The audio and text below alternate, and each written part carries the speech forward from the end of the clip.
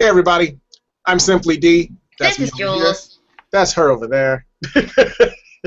This is the Innermix Show, and this is the last Innermix Show of 2014. Mm-hmm. Yeah. Crazy? Vacation time. Oh yeah, crazy sad. Vacation time. Oh, I didn't say it's crazy sad. I just said crazy. No, I have to add that in there because we're media figures. Oh, and we don't want to go, y'all, but we really no, I'm sorry. Y'all have a good vacation, because yeah, last show of the year. But and it's a bittersweet ending of the year, really, because I was starting to enjoy some of these remarks and comments that we're getting in, but you just bring them back next year with you. Exactly. Exactly. Oh man, I've heard some really interesting things. Some really interesting questions have come in, and we might end the show with some of these, but I will say that you guys have gotten very creative, a bit imaginative, and you guys are funny. So, those are all the things that we like in a Yes, fan. we do. Yes. Excuse me while I check my. There's Okay. a million devices. Man, I got so many devices, it's absolutely ridiculous. And I want a new one. It never ends. It does not. It does not. It feeds my need. Just like shoes. No. Yes. No. It feeds me. I No. eat them. No. You would smell like foot mouth. No. It tastes like feet. Okay. Drink out of a slipper. What dumb person? Seriously. Drink out of. I love her so much. I'll drink out of her shoe. You know what? You're the only one. So, you guys, like we like to do at the beginning of our shows, we like to go over a little bit of news, give you guys some updates, find out how Jules' weekend went. We like to do all those things, okay? So we're going to do those things because we're not going to change up that much. So, the news. So we have a couple things to let you guys know about. First and foremost, we love y'all. We like to put that at the top of our broadcast because that way when we say the dumb things we say to y'all, y'all will believe us when we say that we love you, because only family will talk dumb to you this much. And it's true. What you mean I'm not supposed to park? What? Oh, man, I heard so many parking ticket stories this weekend. Really? I was laughing so hard. Yeah, because people do stuff and believe that they're special enough not to get in trouble.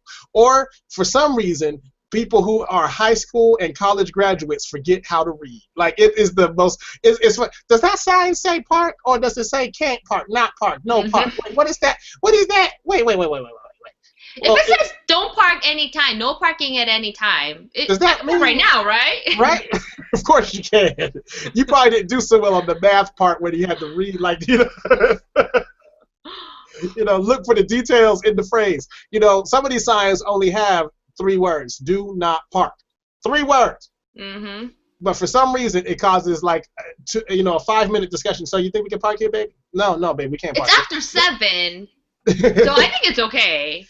But it's Tuesday, and it says no parking after 7 between 7 p.m. and what was it, 8 a.m.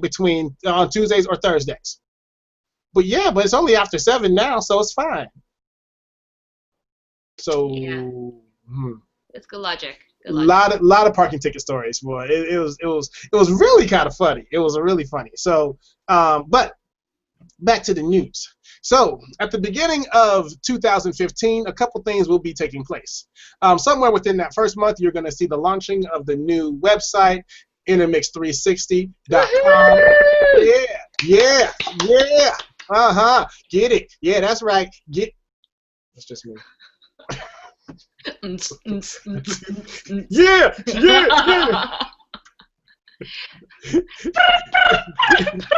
Get it. That's right. Wait, no. Anyway, so y'all get to see all this hilariousness because you guys are going to be on a site that is updated very regularly. Now, I'm not talking about you're going to get an update every so often. There are websites that say we update regularly, and then they only update twice a month. And what they update is the photo on the front. Mm-hmm. That's not us, because we don't take that many photos. No, but you guys will get new updated stories. You guys will see what our relationship with 9Com is like. You guys will get to, see quite a few things. You may be able to even come onto the site to watch our show or to listen to our show. It depends on what this technology has decided to let us do. So, which brings up this point. We may or may not be back on Hangouts at the beginning of the year. The reason we say may or may not is because it really depends on what Google decides to allow. Because Google is very territorial. They want to be all up in your space, but they don't want everybody up in theirs. So, we're trying to figure out what's going on, what switch we have to switch, who we have to talk to get us to, you're supposed to watch these things, Jules. But I thought you were gonna say blackmail, but okay. No. Well, that's my part. I'm sorry, I forgot. Right? Yeah. See, you the one who looked like you could walk in, pull a sword out of who knows where, and then walk out. You know what I'm saying? Like, who knew she could put that there? Well, she's got a lot of hair. Walking out like He-Man and She-Ra with the back of just put your hair over it, girls. Put your hair over it. They won't see the sword. They won't see the. So, never mind, because that did boggle my mind. Prince Adam only had on a vest and a shirt, and somehow that sword came smoothly out of that sheath every time. Smoothly. I don't know who you're talking about, by the way. He-Man. You never saw He-Man? Oh, okay. Yes. So you said Prince something. Yeah, Prince Adam. That was He-Man's real name. Oh, I see. I just know him as He-Man. That's all you cared about. She's like, oh, I don't even care who you are. Pull your sword out, baby. Pull your sword out. Pull your sword. By the power of Jules! Hi! Like, she's the first Magic Mike. He-Man was her first version of Magic Mike. You're more similar clothing, no? Yeah. I mean, pretty much the same amount of clothing, right? Yeah. Oh man. And then his sister had a belt on that kind of pulled all her stuff together, pulled her outfit together. So I don't know how that sword was able to move so freely that was pretty tight. When I was young, I used to pause the TV at the point of the changing to see if she was naked while the sword was coming. Oh, anyway, let's move on. So shame. Bad. Mm-hmm. You with that. Mm-hmm. Yeah, no. Don't talk to me. Okay. Oh, that was me. Yeah. I'm just, Right. Mm-hmm. That would be like, yeah. Mm-hmm. Yeah. Jules, if you don't get off that couch swinging that thing around your head.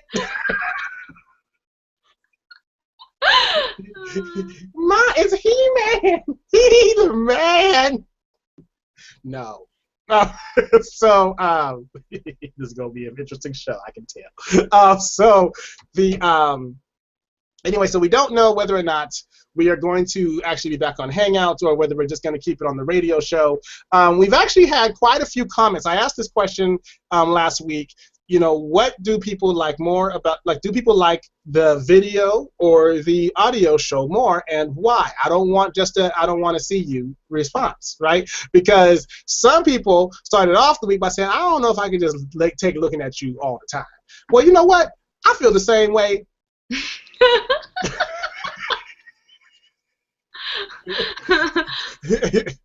But we do what we do,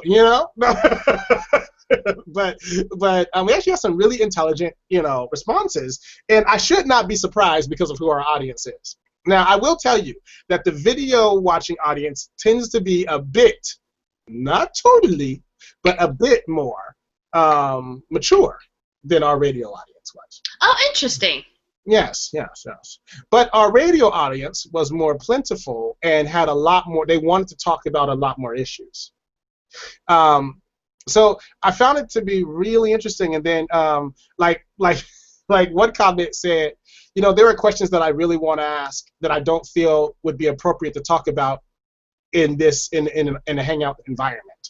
But I felt more comfortable talking about these topics on a radio environment because in that space people will feel more free to let go. Mm-hmm. And I was like, Well, that's true. Like some people have a hard time talking. Like the first time anybody goes to see a life coach, a therapist, or whatever, they usually try to see if they can talk on the phone before they actually go see the person in person, because then they have to actually talk about whatever the issue is face to face with somebody, and that can be kind of difficult. So.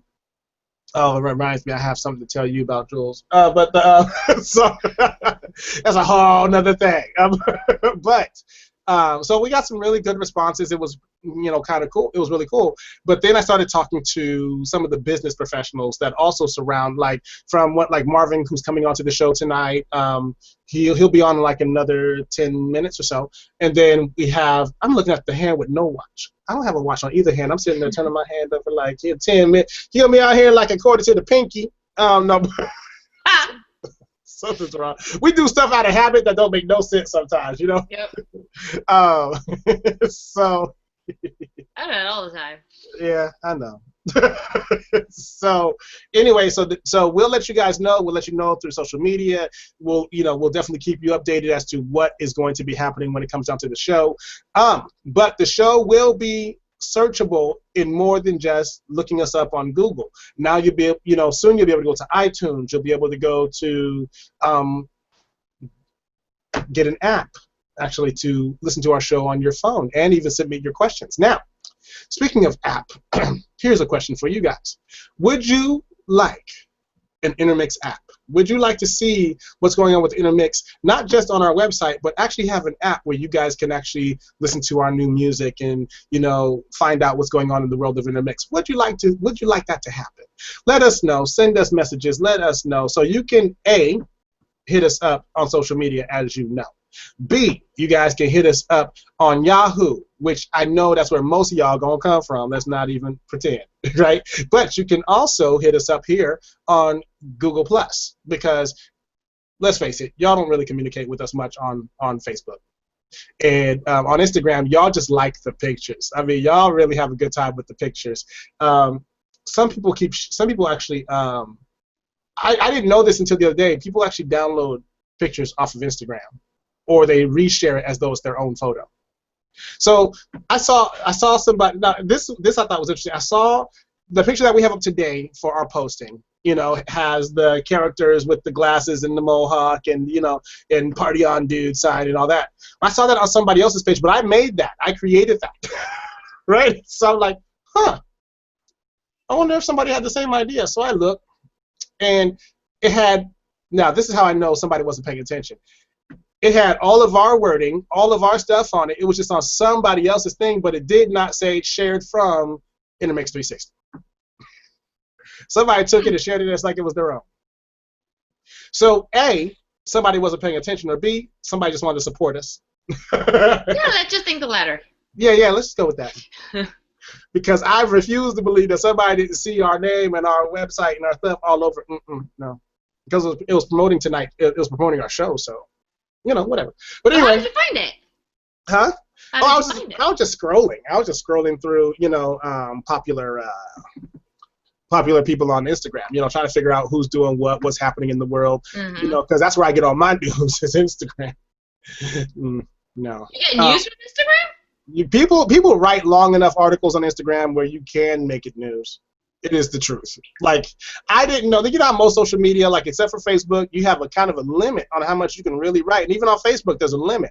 Instagram, because basically what I do is I like to watch different interviews with different artists that are out today and figure out what's going on and, what the state of the industry is.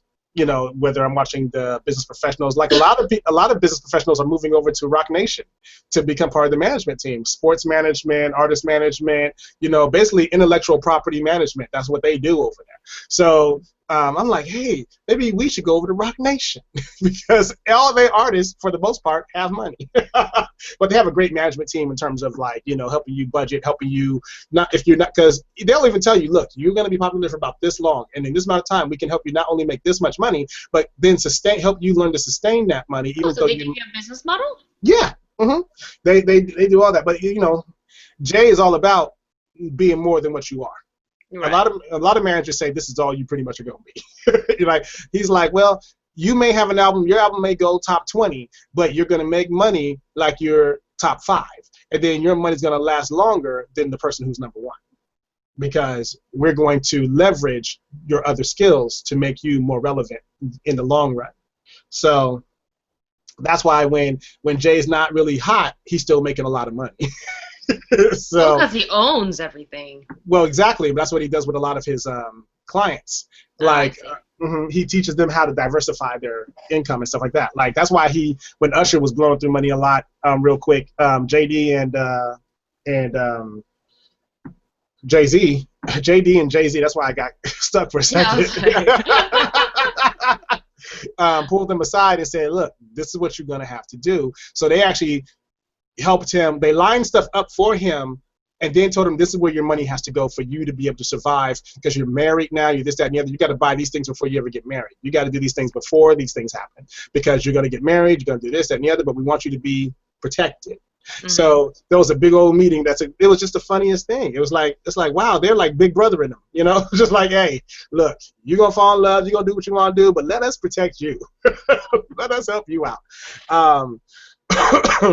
So I have people in my life right now who are doing that too. So it's it's really cool to have it when you can.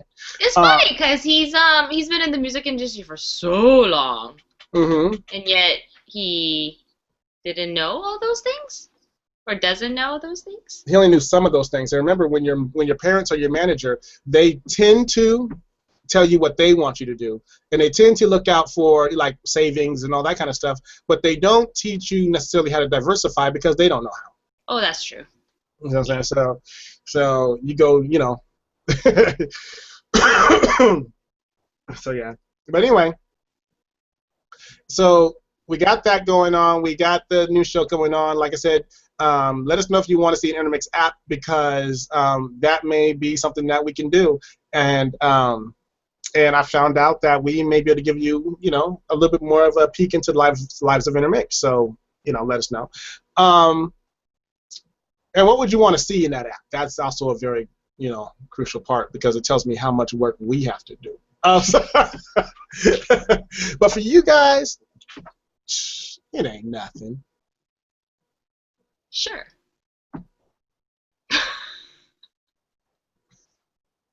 Are you sleeping? No, I'm just running it in my head. No, but for real, it shouldn't be. It should not be, depending on what kind of app it is. It should not be all that. It's just letting you see what we're doing, except now you can just look on your phone real quick as opposed to going to a website and all that kind of stuff. But, but most importantly, you'll be able to get the sneak peeks of the music that's coming out, because next year, Innermix has got a lot of music coming out. Yep. You shouldn't look so tired, girl. We just getting started. This end of the year has been pretty brutal. Woo. Wee. Oh, wait till after the show. It's been crazy.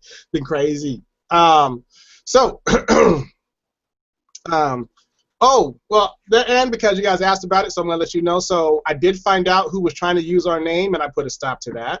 Congratulations to us. And I was able to get a letter sent out, basically a cease and desist letter, and if they refuse to follow that protocol, we'll take further action. But I don't see that person really doing that, because we got so many apologies. I don't think they're gonna go against it. So took care of that. Cheers. Cheers. It's the blue cup. It's coffee. Somebody actually sent me a thing saying blue cup or other. What's it gonna be tonight? And so I guess my cup has become part of the show. That could be taken in so many wrong ways. Hold on. Go drink from your blue cup. Don't spit it out. Don't spit it out. Okay, good.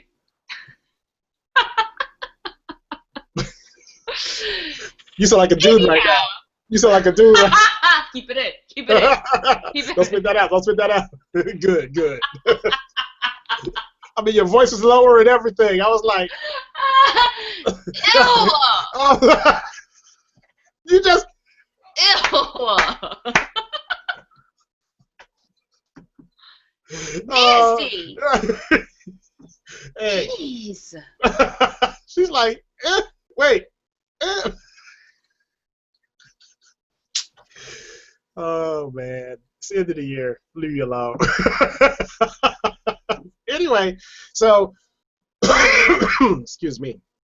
So yeah, so that's what's going on. We got a bunch of new music coming out next year. We have a couple of surprises coming out at the we're working on first quarter of next year. We are going to be some busy little bees, and and you can take the bees part anyway, because depending on the day we do these things, you might get some busy little bees. Why y'all gotta be acting so? No. Just bring me my big blue cup. We'll be fine. We will be fine. What is he sipping on, Jules? Coffee. Don't worry about it. Right? Is it sugar free? Because you know we can't have them passing out. So anyway, so we have quite a few things coming up. And then I will tell you now that I was supposed to be going to compete on a national level for martial arts in January, but because of our schedule, it's just not going to happen. But possibly in June, I will be going to compete on a national level. I'm trying to get my national ranking so that I can say, hey, I'm number such and such in the world. You can brag. You'll be bragging too. Yo, my partner. Jeez.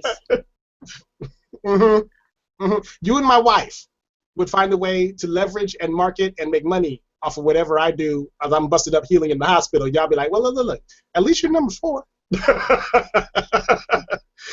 So, but it should be something. I got my, for this style that I'm studying right now, I actually just got my provisional black belt. They want to make sure that I'm not going to abuse the ranking. Do I need to get you out of trouble again? No, okay. Okay. You just have to stand by.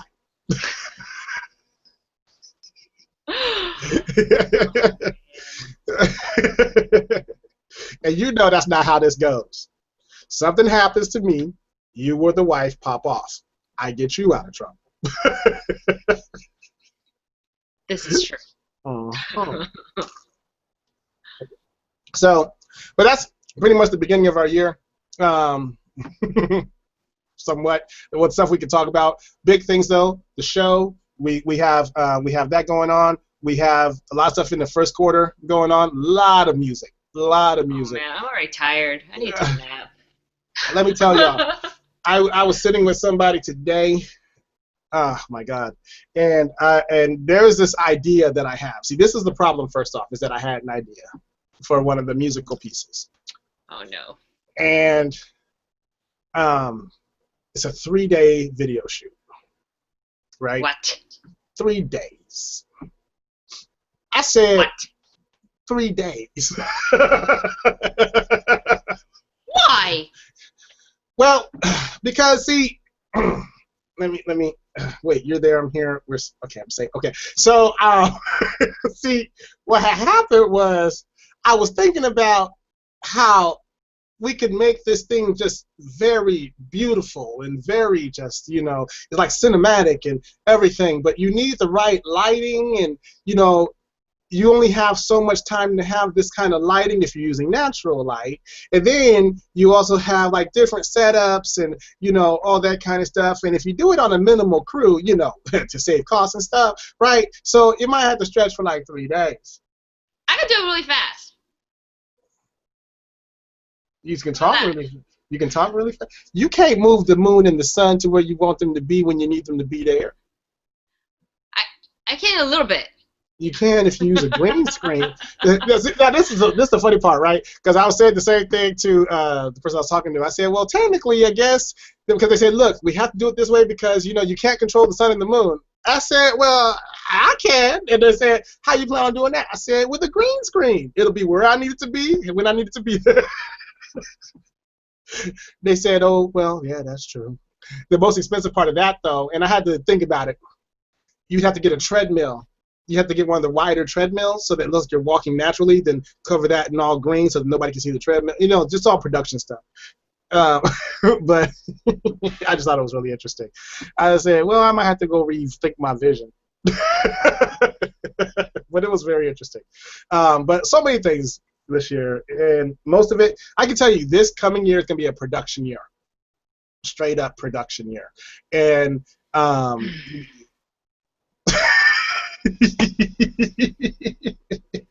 Woosah. you sound like one of those. Just call me a horse. If only I could reach through this. Oh my goodness. This is how you sound. You said, then your head dropped. That's you. How to make that noise? Calm yourself. Yes, ma'am. You say ma'am to your seniors. You hear that, y'all? You say ma'am to your seniors. That's right. That's right. She's old. So anyway, so it's gonna be a production. It's gonna be a very production heavy year. Let me tell y'all also about something that happened recently that I want you to be aware of. Okay, and I say this because every now and then you guys will write a comment asking if we were paying attention, or are we stupid, or did we not catch certain things. So yeah. But it's because of different conversational pieces and whatever, throughout the year, different things. But so a couple of weeks ago, I went and I worked this event, and the person that I was talking to, told me the usual, they're in charge, this, that, and the other, blah, blah. And I'm like, okay, cool. But I'm like, I'm going to go off what you say until you give me a reason not to go off the things you say. Now, this is fine because this is very LA, also somewhat New York. It's very industry though. So I'm like, okay, cool. But I've been doing this long enough to pay attention every step of the way, right? So I'm like, okay, cool. Now, I'm going to address the am I stupid? Oh, no, not at all. But, so here's what's happening. So the place that I went to go do the event at, they are the actual owner of the place, basically said, go get this person because they know how to fix everything that's wrong with our situation. And I said, let me see if my baby wants to model. Right? So I'm like, okay, cool. Because as my wife learned today, I think in 3 dimensions. I think in time, finance, and personality. Okay? My wife, she thinks in time and finance. Jules, would you say you're 3 or 2? Sometimes you kind of wave back and forth between those. I don't know. Talk to you. Go on with the story. I just thought about it. It's like, well, she's like, it depends on where we are. But anyway, so what ended up happening was Jules was going to go visit one of the contacts from that location, found out that person no longer was there. But that person called me immediately after they had spoken to Jules and whatever. So the person was telling me, because I had received a call from the actual owner who was trying to butter me up, and usually men don't butter people up the way women do. But he came at me like a woman would. So that was a little off to me. Just saying. I didn't want to say, certain things, but it was like, okay, something's a little off, but let me just roll with it for a second, because at the end of the event, I already had what I needed, right? The only thing I did not have was performance footage, but I had everything else I needed for what you guys are going to see at the beginning of the year. Okay? But so let me just tell you this. For Innermix, beautiful, everything, fine, great, fantastic, right? But the people needed some financing done, so they wanted to use one of my other companies to do that. They told me the story, and I said no, because it doesn't make any sense. They said, what do you mean doesn't make sense? So I went through the process with them and said, you said this, and this, but A, B, C, D, it has to happen this way normally. It happens before you can secure financing. You have to show that you can actually, you have a good chance of actually returning the funds and all that kind of stuff. What you're telling me does not make sense because I've been doing this for a very long time. So you're trying to leverage your location, this, that, and the other. And hey, great, fantastic. But and it was and to be honest, the location was great. So I even talked to a few outside people to see if we just take it over. And they said, well, we'll take a look at it, D, because if they're gonna not have it, you guys might as well. And we can find a way to flip the whole space around to do what we want to do, right? Mm-hmm. So I said, fine, then I'm gonna go and do this event. That's how I ended up doing this event in the first place. So I was like, well, I've been down this area before. I hadn't really seen the space, but then when I saw the rehearsal for the event, I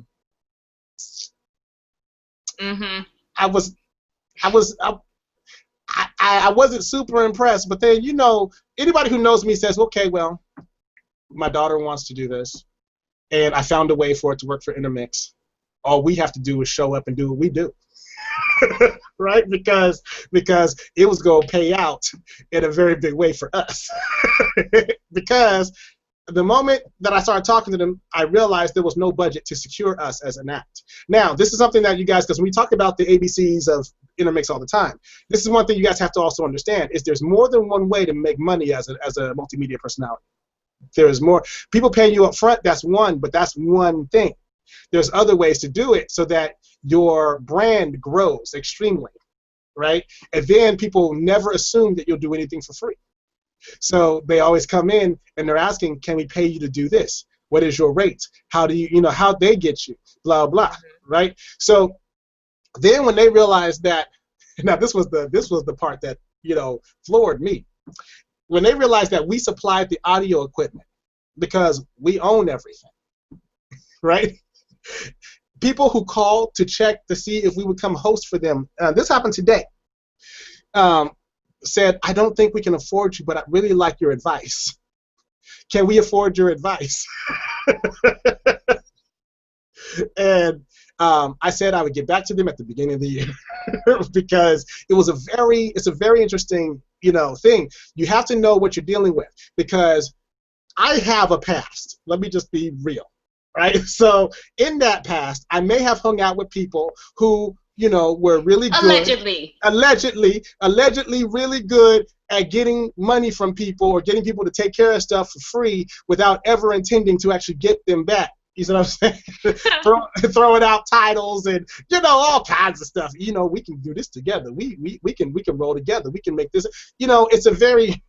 You know, when people start calling you family too early on in the conversation, like within the first 5 minutes. Now, for me, I can't really use that as a judgment thing because, A, I think of people as family, you know, a lot. But other than that, people tend to take me into their households very quickly. Me and Jules, actually. So I can't use that as a determining factor as, hey, you're trying to run a con. Right? But it does perk up my antennae, and I go in because somebody's got to sniff out what's happening. Well, here's what's happening. I want to share this with y'all because I found it fascinating.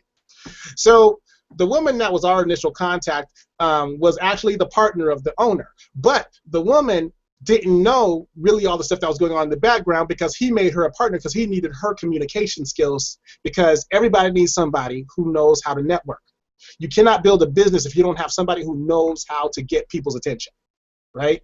So he was leaning on that. That's kind of like, you know, my job. Jules is the opener, I'm the closer. That was what she does. She's the closer, right? So what happened was I put her in front because she was, you know, doing stuff with me with the show. So because of that, she kept trying to play the background a lot, but it wasn't out of shyness. So I said, okay, check one. When certain situations came up, you know, and she didn't know how to handle it, but she owns, I'm like, check two, because I know what to do. You know what I'm saying? But I own. You know what I'm saying? So I started watching this list. So I realized when she was frazzled, what she was doing when she was frazzled, when she's confident. I learned her whole structure. Then, when I heard from her yesterday, I ran down the whole game to her from the beginning to the end. I just waited for her to call me. Right? And she's like, how are you aware of all these things if you can't see? I said, because I pick up on stuff very quickly, and I said, and I can notice a change in a mood, a change in a room, and I know who has the authority in the location. I said, I've been doing this for a very long time. So, no, we are not dumb, but we give people an opportunity You know, because see, some people don't even know that they're being used to use others. They think they're just playing. They think they're just part of the team, part of the game, part of the. Well, this is what it's going to take for our company to grow. Blah blah blah. Right? And so, but they have no idea that in the background, other things are going on. Now, anybody who knows me, right? I've dealt with so many people dealing with Jules alone, right? That I actually have a phone number that I call to find out if people are real or what their situation is, especially because one of the other companies I deal with deals with financial stuff and whatever. So I can just find out what is the real on this situation. So I actually had people go to the location and shop. Then they came back with their report. And then, so I sat on it. I'm like, okay, cool. Because what I wanted to find out is what is, how they're pitching it to me in my ear this way, but the people going to go see it are seeing a whole different thing. So they're seeing what I saw, but I still wanted people to have opportunities, and I wanted to give them the benefit of the doubt.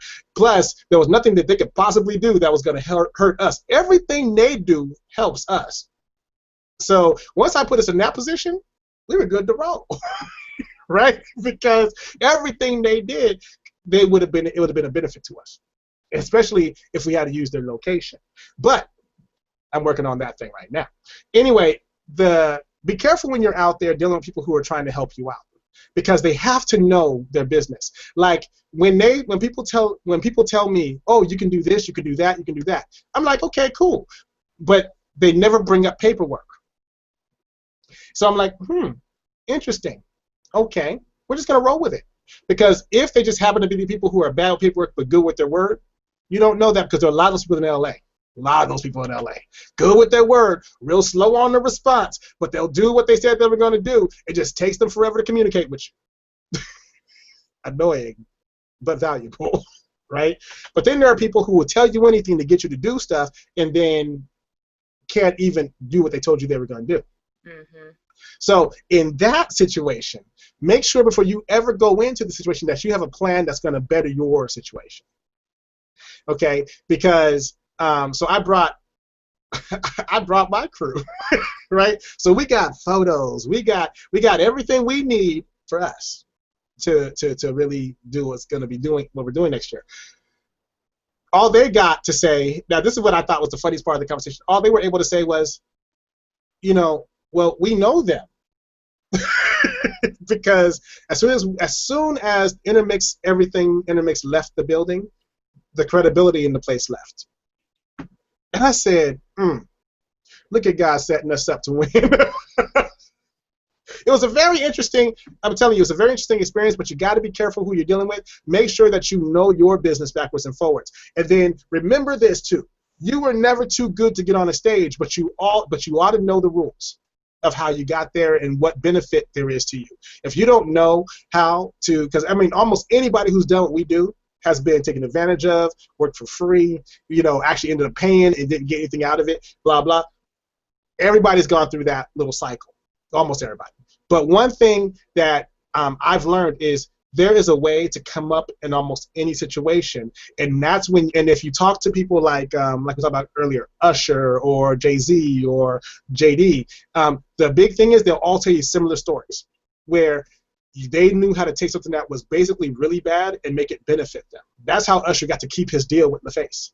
That's how Jay-Z got to put out his, he actually got to build his label. He did some other things, but basically that's... Yeah, let's be real. yeah, he did some other things too. But he did flip bad situations as well, because people kept trying to close doors on him, so he just went out and did it himself.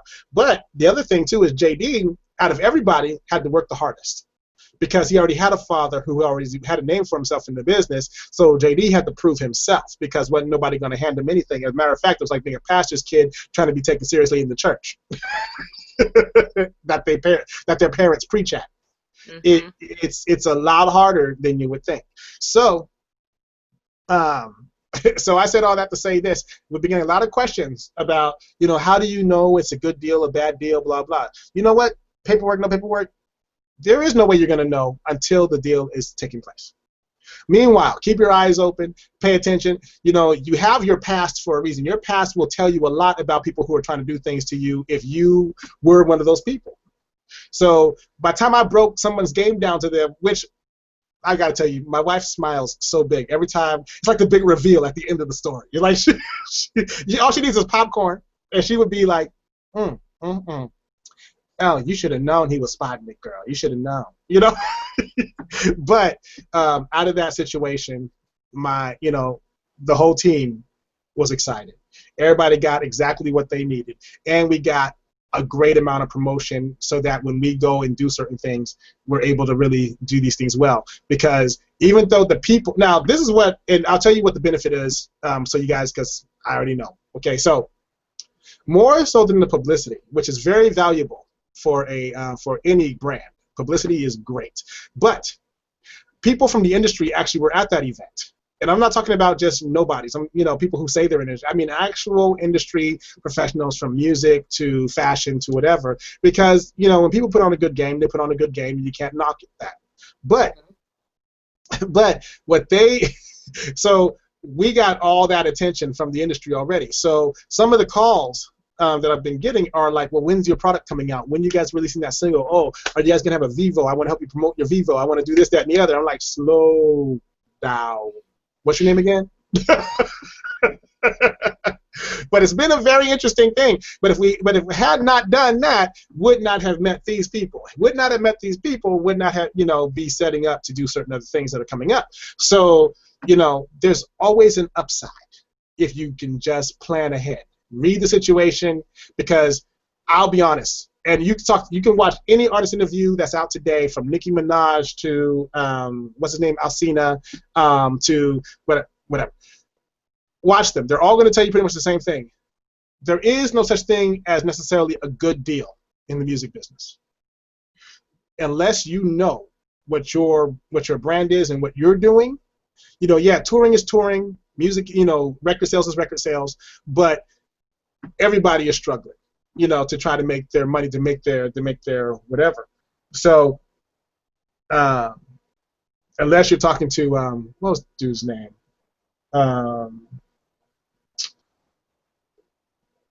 I can't remember his name right now. But some people have decided that they would rather put out singles and attach those singles to brands than they would putting out whole albums that go nowhere. Right? Ryan Leslie? No. Teo, something Teo. But he's a rapper, and he's got Manny Teo.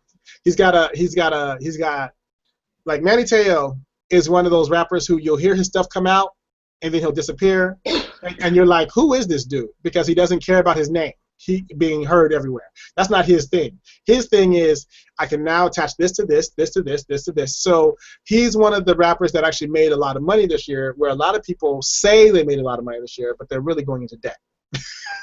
Right? Yeah. Well, let me be real. Some rappers have TV shows to help them pay back the debt they have to the label. So because they aren't really selling anything.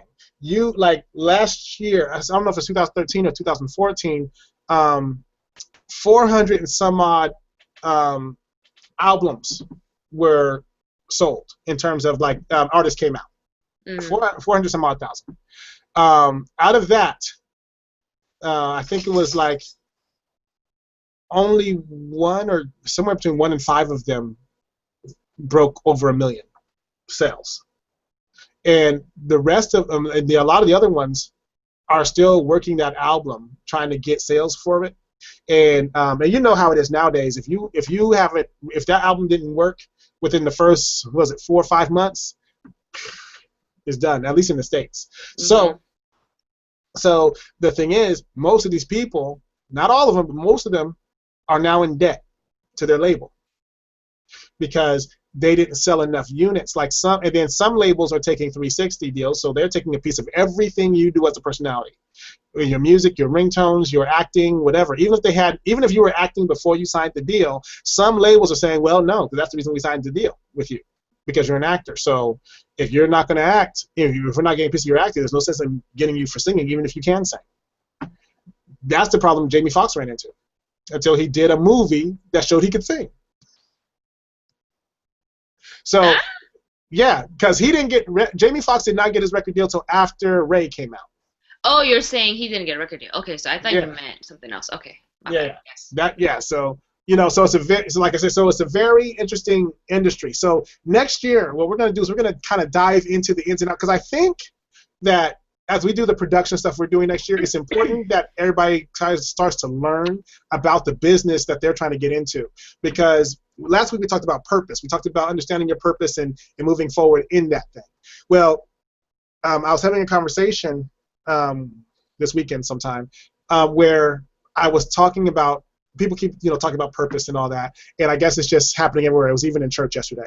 And it's important that if you have a purpose, that you have to actually dedicate yourself to that thing, right? If you don't dedicate yourself to fulfilling that thing, like suppose you know what it is that you really want to do, but you're only I can't find another word right now, half-assing it, right? Mm-hmm. You're phoning it in. You're not really putting your attention to it. It's not a priority to you. It's just in the background, or it's just something you do on the side, or it's just something, because, and I'll be honest with you, your purpose can turn into the most annoying thing in your life if you're not paying attention to it.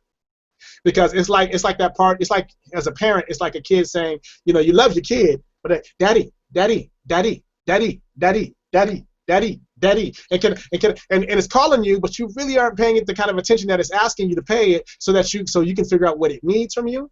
And this is how I had to describe it yesterday. And I said, and after a while, it'll stop calling you. After a while, it'll just ignore you because you ignored it. And then when you start looking for it, it may or may not answer you. It may have already moved on to the one that did answer it. So you can't spend time, we all have very, very busy lives. Very, very busy lives. There is no such thing as, there isn't as much time to yourself as we would like nowadays. But the one thing is if you're in this role, then you are on. You are just on, and when you step away, you step away. But when you come back, you're on. You don't get to step away then work your way back in. That doesn't. I've tried. It does not work. Yeah, it's hard. It does not work. And the hardest thing that I found was, like, I went on vacation with my wife, went on a cruise, came back, and the moment I turned my phone on, I was getting reports about everything from the show to so-and-so said this to this, that, the other. And my wife heard the phone, and she heard all the things. She said, "We're not even home yet, baby, but go ahead. You're back." I was like, first off, she's mine. Nobody gets this one. Because she didn't say, no, can't you wait till Monday? Can't you wait? No. She said, no, baby, you're back. And I know what this is, so let's just, let's do it. Because I had a good time with you while we were out. So now that you're back, you're theirs again. And when she says it, it's like, I know, but you didn't have to say it, Like, you didn't want her to say it? No, it's just one of those things where it's like, I was trying to decide whether or not I was going to start getting back to work, and she basically said, nah, I had you to myself for, 7 days? She said, 5 days. She said, now you're back, and you belong to them as much as you belong to me, in a way. So, pick it up, start fixing. She said, start fixing whatever got broke. Oh man. So it was a very interesting. It's very interesting being in our position, and now we talked about. Now we said this year we're gonna. We said that what did we learn this year? What did we accomplish this year? What did we feel like we learned most from the year? Jules, what did you learn most from this year? I don't even know at this point. What did I learn? I'm not sure. That production is great. It's a lot of time. I think this year it is learning by doing, more so than learning by watching. It was all about learning from doing, and which is good for me because I've always been a hands-on kind of person, as opposed to, in theory, because that never really seeps in. The actual doing and action and being in it, or hands-on approach, is freaking tiring. But no, it's not tiring. You're right. Yeah, it's not tiring. Sure not. No. But then once you learn it, then you learn it. It's like riding a bike. You can learn it in theory. You'll never learn how until you actually get on it and start pedaling. And then you might fall and break and whatever, but you still, that's the learning process. And it hurts sometimes, or, your muscles might start aching and whatnot. But, yeah. And this year, for me, has also been a year of rekindling my relationships with my family. Not that it was ever broke or anything, but it's just been kind of distant because of literally of distance.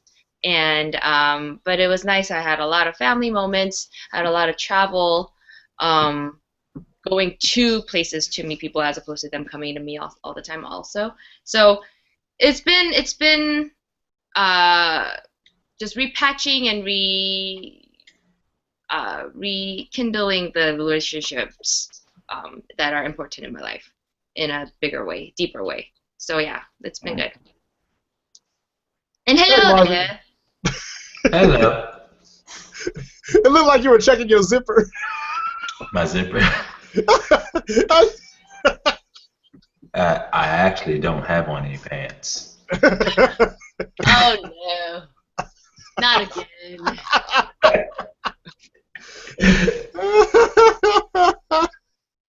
No, it's just funny because right before we started the show, I was literally thinking, man, if I had the place to myself, y'all, because I only see a shirt, so. That's it. Throw a scarf on. Make yourself look professional. This is why I'm here from home. Oh, you have a blue cup too. Oh, that's hilarious. I'm sure my blue cup is bigger. Oh my God. Get me out of here. Mine's is stronger. Oh my God. Jules, you started this whole thing with. I did nothing. Never mind. I did no such thing. Anyway. So we're talking about what we learned this year, Marvin. So first, welcome to the show. Thank you. We're talking about what did we learn this year. What his, so Jules was just finishing up telling us what she learned this year. And I want to ask, because we actually had a couple questions that came in, but first I would like to ask you, before I ask you what these people have asked us to answer, what have you learned this year? What sticks out to you the most? I really haven't learned anything. I mean,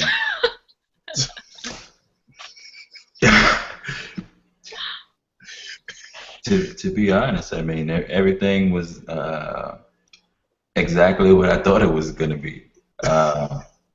Just business as usual? Business as usual. I mean, a lot of things that happen in the world seem to shock a lot of people, but to me, it was normal.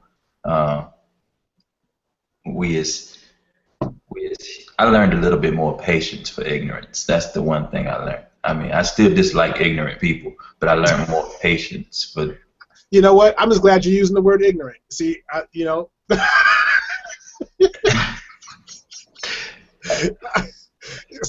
been drilled for the last 3 weeks, so. Yeah, you've been.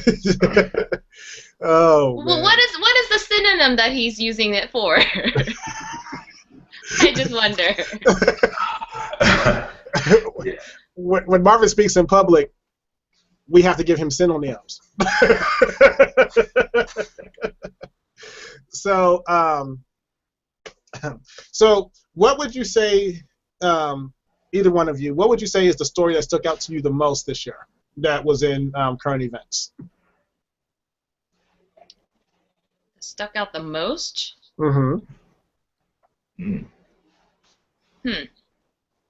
Mine would be the Sony and Korea thing. I mean, that was just crazy to me. You can't make parodies anymore. Getting bomb threats and. Hey, so do you think they should have pulled all that from the theaters, or do you think that they didn't pull it from the theaters? The theaters themselves said they didn't want to exactly. the safety of their clients, or customers. Right, but then Sony said that they're not even going to release the movie at all, whether No, they it's a are. different They're saying that they are going to. Well, I don't know if it's Sony, but that they are going to release it in some form, whether it be like online download. I don't know if it'll be necessarily DVD, but they will somehow release the film because it is the right. Not because the movie is so awesome and amazing. Yeah. Watch the movie it. looks stupid anyway. Yeah, it Right. really does. It's just the principle behind it that free speech, people need to, if they want to watch it, they need to have the right to watch it. We will not be bullied into, the censorship of something that is our right. So yeah, I think they are going to somehow release the film. I don't know how or when. How petty of a man are you to not want a movie to come out because it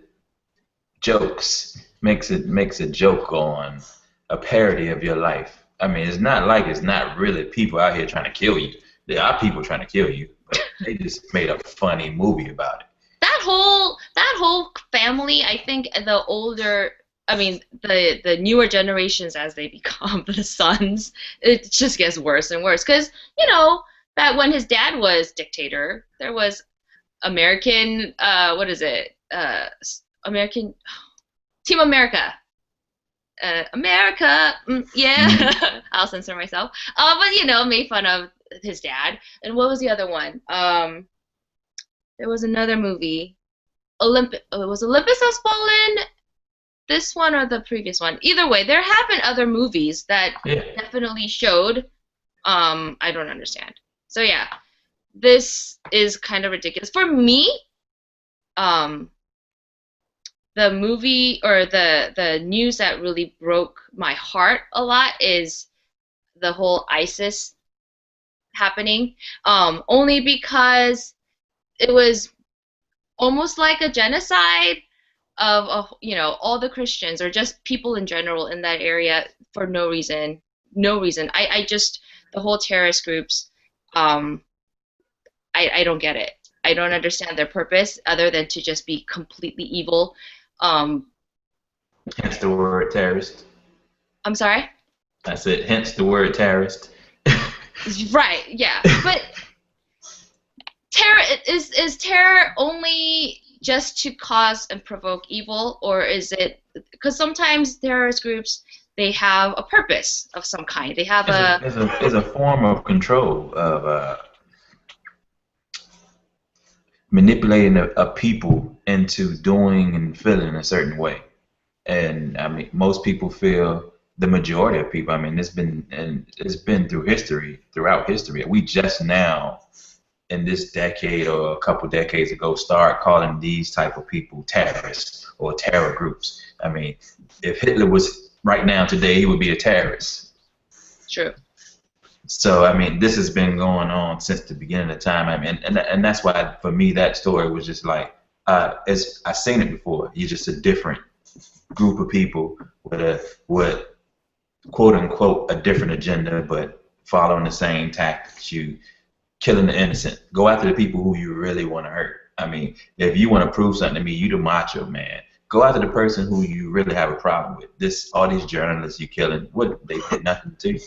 So to me, it's more of a punk than terrorist. Well, yeah, but you also got to look at the fact that, well, A, there's the punk part, but B, if you're growing up in an area, in a neighborhood where people are getting killed every day, you're not afraid to go outside anymore because you are used to it, right? Chicago. Yeah, exactly. Like, okay, you're used to it. But you take somebody, but most of the people that are actually filled with fear are people who are not from that environment.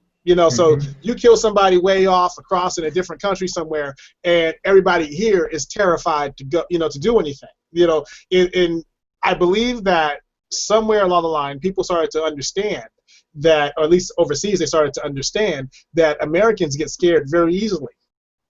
But you can't say that people that live there right now aren't scared either. I'm sure they're terrified. Not as much. Villages being not as much.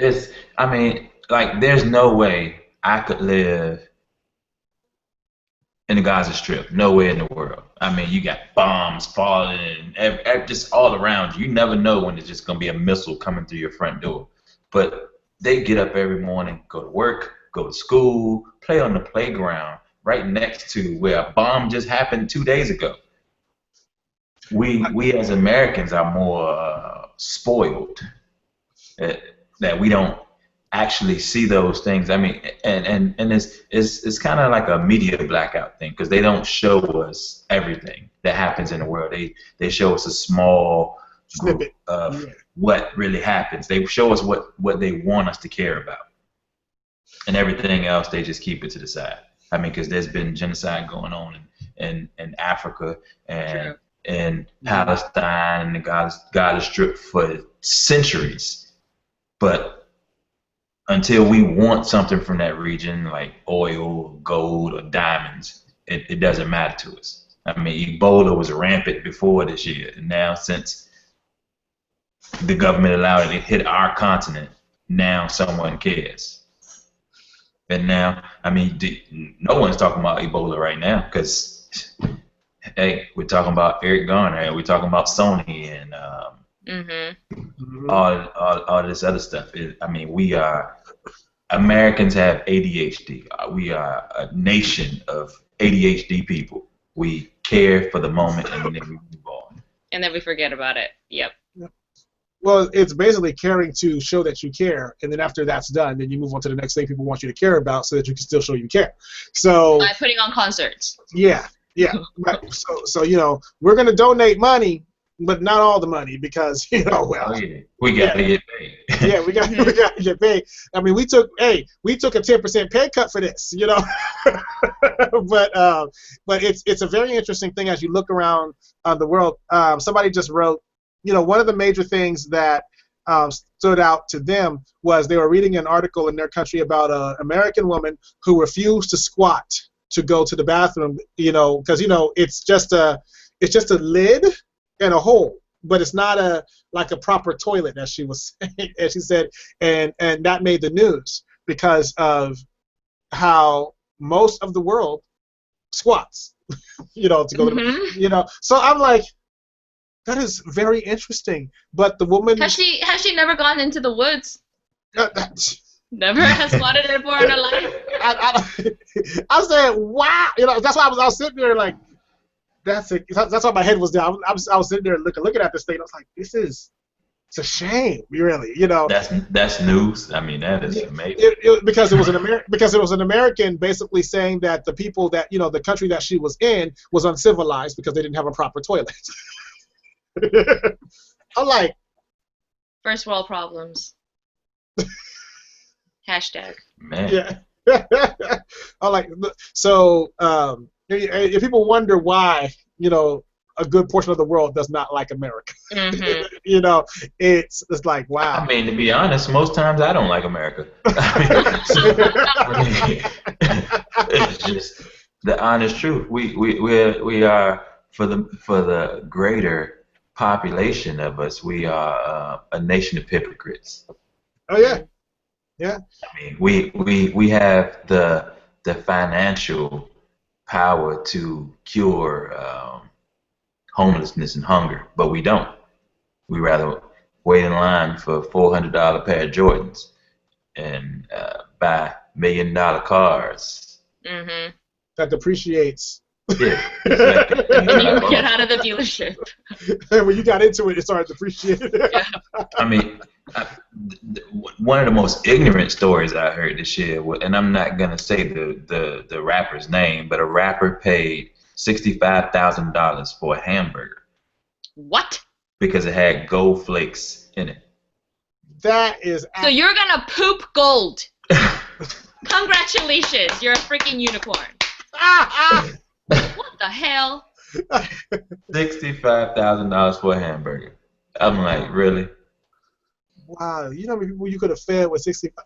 Anyway, another question that we got was, now this was kind of interesting because I hadn't thought about this at all, is so we're being asked, or Jules is being asked, Jules, do you feel like with the state of things that are going on in the United States right now that being around black people, it actually puts you in danger as well? I just want to quote what Marvin said earlier. This is not anything new. She's always in danger. I put myself in danger by being by myself all the time. But, oh man. no, but I mean, the stuff that's in the news right now, it's not like, oh, it's brand new stuff that's happening. It's happened forever. It's just all of a sudden got media attention, and in a good way almost, because then, like people hopefully are making some kind of change, body cams and whatever. No, yeah. I don't know. I'm just saying hopefully. I'm being hopeful over here, but it never, it's never made it any worse or better. I mean, I don't, because the people that I hang out with are not black. Oh, they're not really black. Yeah. That's the same thing my lawyer told me. You're not really black. That was a compliment. I told you about that, right? I think I said on the show last week. Somebody complimented me by saying, "Well, it's different with you because you're not black. You're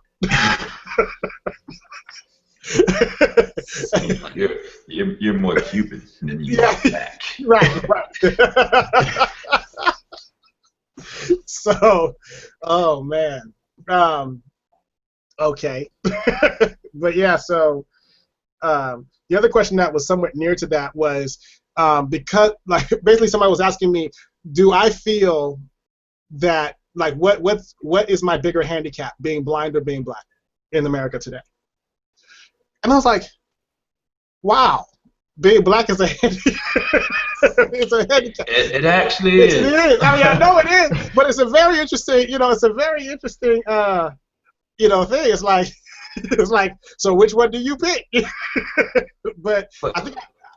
Go ahead. I'm gonna piggyback on this because the thing for me, D, you're kind of safe because you're darker than me, so I get it from every direction.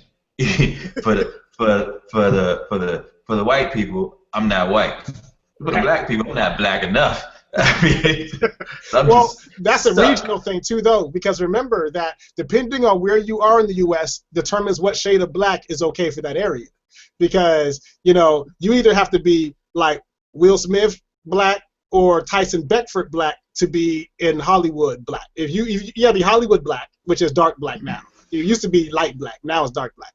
Or you can be, no, for real. Somebody was running out the black shades to me the other day. I was like, they said, because you almost Hollywood black, because it's a new crayon color called Hollywood black. I'm like, what is Hollywood black? The day my brother, as he drives through the country, he's like, D, man, you clean up over here, man, because you dark, but you can't go over to such and such because they're like light skinned black people over there. They would run you out of town. I was like, oh my god. I mean, I'm gonna tell you one thing, and it annoyed me very much because one of the people, and I'm gonna say his name, Tyrese. He was at the march in New York City for Eric Garner.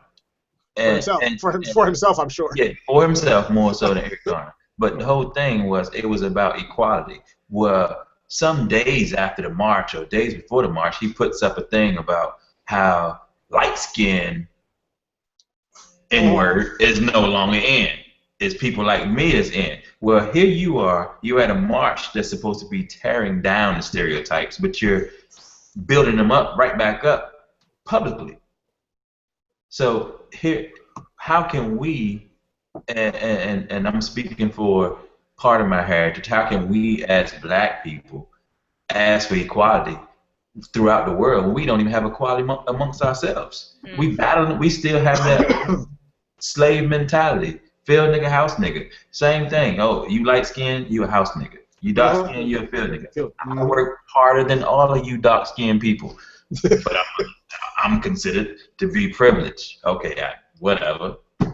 You can't, as a people, ask for something from someone else that you're not giving yourself. Well, but that goes right with, talking just in general about, so anybody you talk to, you calling them ignorant, basically, because you say it's okay for you to call your brother ignorant, but it's not okay for other people to call you ignorant. how ignorant is that? It's like, yeah, it's like, so it's like when people are asking for things, like lately I'm listening a lot to what people are saying, and they're saying a lot of things, but they don't know how to follow through with those things. And I've been dealing with a lot of, and I started to see parallels between, because art imitates life a lot of the time.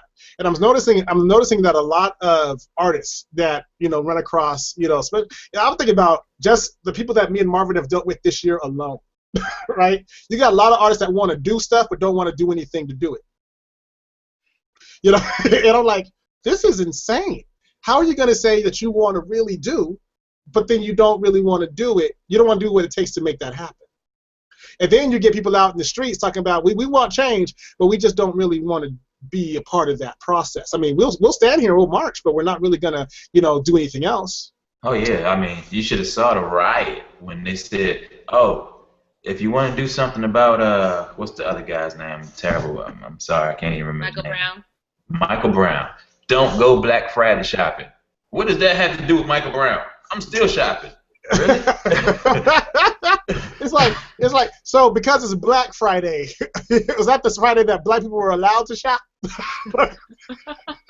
I mean, but this is the crazy thing, and I had this discussion with some people. I won't mention their names, but I had this discussion with some people maybe like 3 weeks ago, and no one actually knew what Black Friday actually was. And one of them was an elder gentleman whose family owned slaves, and he said, "Oh yeah, that did happen." So here we are. We're so ignorant to everything. When I call people nigger, it ain't got nothing to do with your color. It has something to do with your intelligence, your level of intelligence, and how you use it. I don't care if you're purple. If you're ignorant, you're ignorant. It makes no difference. So, and I promised my lawyer I wouldn't say that word, so let's strike that. We done with that. He's just gonna say ignorant from here on out. But either way, I mean, I don't think, I think there's bad seeds in every ethnicity. Oh, for sure. So you can't break it down. I mean, I kind of got into it with the former mayor of New York City, because he was on CNN and he made a comment, and I tweeted him openly on Twitter, but he DM'd me. Yeah. Don't want to have an intelligent conversation with me in public. You want to do it behind, and I was about to just snap and put them all on Instagram, but of course, a lot of people was against that. So, yes. But he made the comment that if Eric Garner hadn't resisted arrest, he would never die. I just simply stated, is resisting arrest punishable by death? Mm-hmm. I mean, if that's the case, then I mean, is martial law in effect? I missed that memo. I mean, you have the right to question any police officer when they pull you over, when they ask you. You have the right to know why you're being pulled over, why you're being reprimanded. You have the right. That is your right to question. Simple. And if you have skittish police officers, should they be police officers? Exactly. Like if people can't ask you a question. Now it's different if somebody's hauling off and just doing dumb things, but but still that's not punishable by death. You're trained to actually subdue somebody without killing them. That's what you're trained to do, right? Now, I'm going to tell you how it becomes for the majority of people an issue of ethnicity. When I was about I want to say 8 years old, I was living in Kentucky. Kentucky is a predominantly white state, and this man's wife left him for his commanding officer. So this guy was walking up and down the street with an AK-47 in his hand. Whoa. The police come, and they don't just immediately start shooting at this guy. They calm down. Everything's gonna be okay. Everything's gonna be all right. But then no shots fired. He put the gun down. They didn't even arrest him. They actually put him in the hospital Right. to get him help.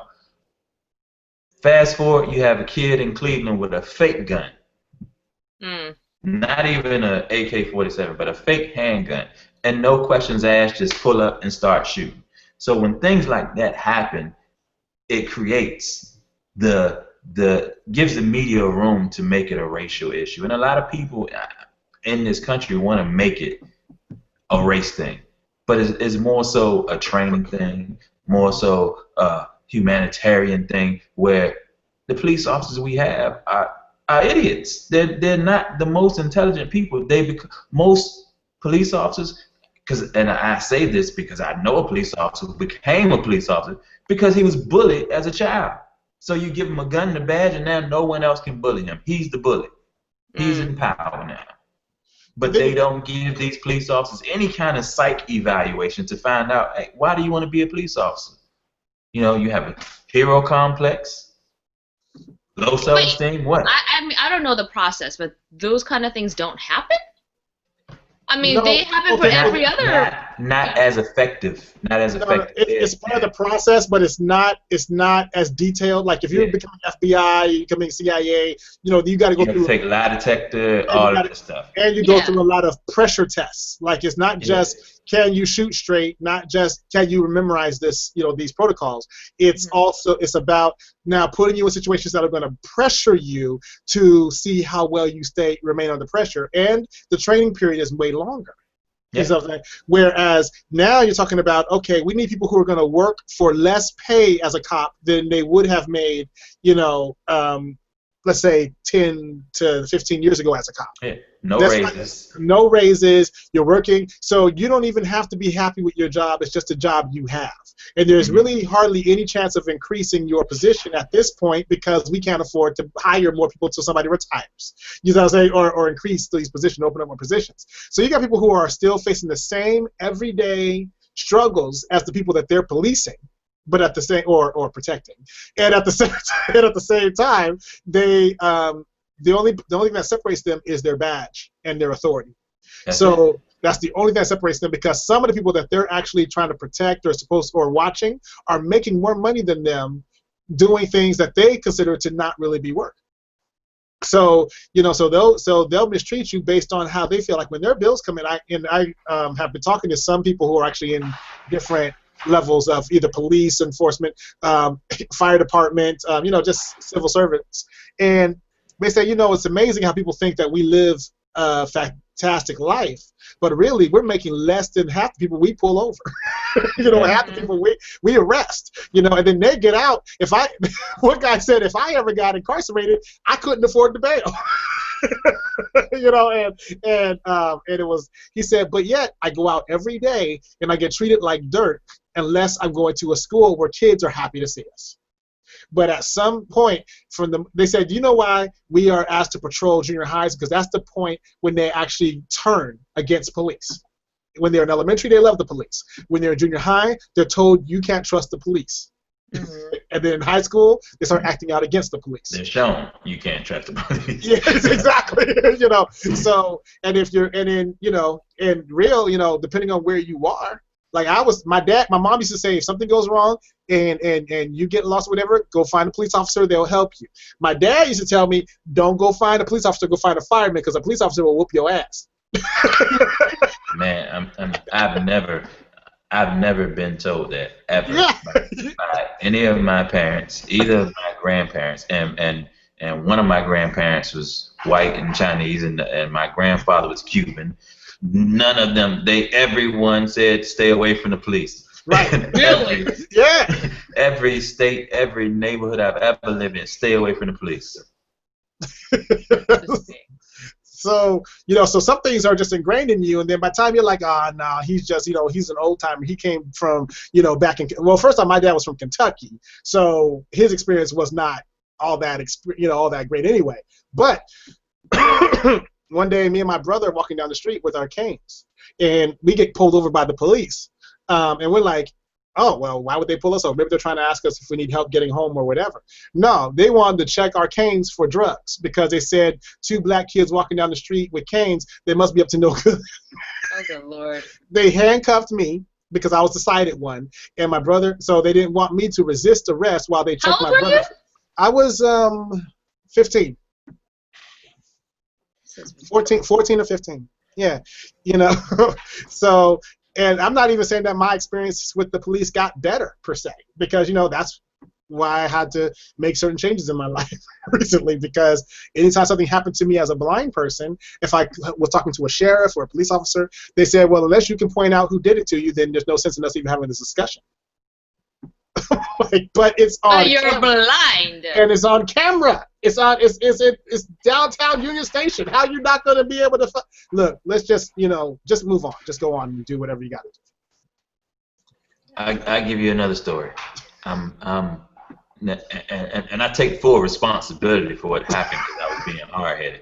I was about 15 or 16. I had just came back to Virginia. I hadn't been in Virginia forever. When I come back to Virginia, my grandmother goes to church every Friday, and I knew my grandmother's church schedule was so great. She went to church from 8 until about 1 o'clock in the morning. So I had a girlfriend who was older than me, and she called and she said, "Hey, hey, you want to come over to my house?" I'm like, "Yeah, I'm on my way." So I knew I had exactly 2 hours to get there and get back, and she stayed maybe 5 blocks away from me. But on my way to her house, I had to go past the Boys and Girls Club. So I'm walking, and next thing you know, I hear a dog barking, and then I just hear the chain pop. So I take off running. I'm running. Next thing you know, police cars just surround me, guns out, and say freeze. So I have 2 choices: get shot or get bit by this dog. So I say, you know what? The dog wins. And as soon as I stop, I put my hands up. The dog jumps on my back. I hit the ground, and I hear a gunshot. And then I just feel warmth all over me. I said, "Oh my gosh, dude, I stopped. Why did you shoot me?" I'm like, "What the heck?" Thinking it was me who shot, but they shot the dog. While right. the dog was on top of me. Whew.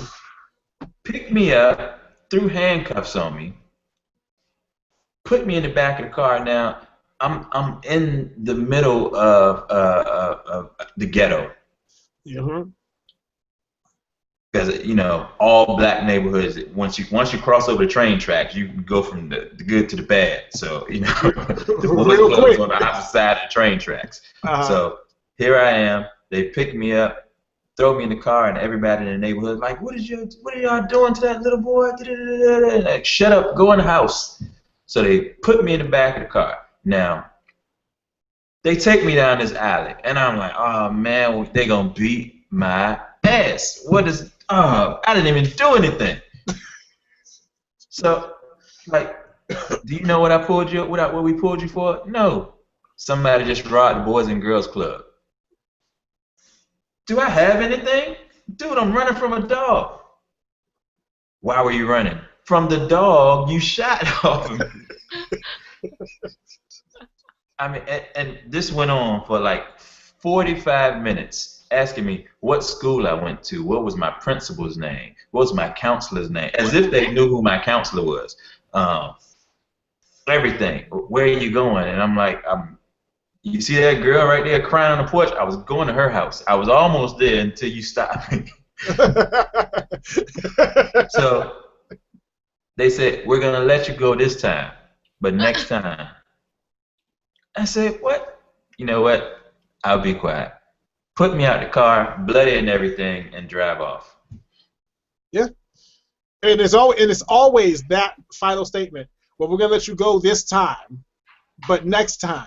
I'm like, but you I got didn't do nothing. anything. I didn't do anything this time. What are you talking? Exactly. But yeah. Your grandma called. That's what happened. Before She knew you were around the house. That's what happened. Hey, I tell you what. I never ever left the house on Friday night again. Ever. I mean, I don't go out Friday night Now. This is years later. Mama. Yeah. Yeah, you guys go without me. I'll be home. You know where I'm at. No, I mean, I think between the ages of 12 and 16, I've had handcuffs on me 3 times, and I'm like, and once I was put in the back of the seat, once they put me in the back, the one time they, like I said, me and my brother thing, and then one time it was the 4th of July, setting off fireworks in a place where we're allowed to set off fireworks, and the police showed up because I was standing next to my Mexican friend, and he said, I know you guys are out here fighting with fireworks, and we can't allow that. I'm like, Fighting? Fighting with fireworks. I've never heard of such a thing, I'm like, but they literally. It's not some kung fu movie. No, they came up. They came up to us, and they had their nightsticks out already. We are popping those little. Yeah. These little cat things. Yeah. No, girl, they had We do nightsticks it for out. fun all the time, throw it at each other's feet. That's just. No, but see, I'm blind, so I'm not throwing nothing. I'm just, you know what I'm saying? Because I don't want to start no fire on nobody's nothing. You see what I'm saying? I'm like, no. I said, I would let him light them, and I would just be right there, placing them out. He'd light them, blah, blah, whatever. And we were standing side by side. How are we fighting with them? You know what I'm saying? But this cop rode down. Next thing I know, there's a cop on one side of the street, and, cop car one side, one cop car on the other side. And all my friend said to me is, D, just get on the ground, put your hands above your head. I'm like, what happened? He said, just put your hands above your head, because they're going to just, he said, because they got out the car and they already have nightsticks out. And they're walking from both sides of the street. Well, first off, I'm like, did we put the nunchucks away? Because we were out there, goofing off before, it was dark enough to do firecrackers or whatever. But, and so I was handcuffed, and I was questioned. And so, Yes, Siri called to me. It's okay. So it was just a lot of, so that's how come sometimes I'm like, man, I don't know if I want to go into this area without making sure that there's somebody sided with me. I don't want people to misunderstand. This is not me saying that this is white cops that's do. I mean, I've been hit by black. More by black cops than I have by white cops. It doesn't make a difference. No, it really doesn't. It just, the only thing matters is my color, not their color. Well, really what it is because once they become cops, they become blue. So they're separate from everything. You see what I'm saying? So they think. Yeah, you see what I'm saying? So it's whole different. One thing I was explaining to someone the other day is when you have to look through history, and I love history because it shows you where you've been, where you're going. Everything repeats itself because we as humans are so stupid that we make the same mistakes over and over and over and over again. Yep. So in the beginning of time, when taxation first started, only a certain part of people got taxed. But when the government saw that no one rebelled against taxation, they said, oh, everybody gets taxed. Yep. So here it is. We, as a minority, we are abused and belittled by authority. Over time, it's not going to just be us. It's going to be everyone. I mean, just like if you go during Hurricane Katrina when they had curfew. It didn't matter what color you were. If you were out after curfew, whatever happened to you happened to you. Period. Right. The law didn't exist anymore. Right. Because there's no way for us to protect ourselves. When they see that they can do it to a small portion of people and everyone accept it, then they will do it to everyone. They have their research group. Okay, it worked. Now we know we can do it to everyone. So let's get back to some of these questions because, So Jules, have you ever? Never mind, I'm not going to ask that question. Have you ever had these issues with cops before? No, we're gonna move on. So I have gotten a lot of tickets in the past. She's going to get a ticket one time, and then she smiled at the cop, and he said, "Okay, you can go ahead." Did that happen, Not all Jules? the time. Not all the time. Right. So sometimes. No, because Jules can throw on. Now I've seen this happen. So any police watching this, you know this is the truth. Jules can throw on the dumbest face ever when something is going on. What? What happened? Oh no, I have no idea. Really? Oh, I'm so sorry. So I'm like, you know you were speeding. Shut up. What happened? I don't know. And then without even realizing it, she goes into fob. She goes right into fob, and then you're like, I know you could speak better than that before this happened. That's my MO. But now you can't get a clear word out, and you all of a sudden cute and new, like you new to the place. It's like you speed down the street every time we get hit. Oh, officer! I don't know.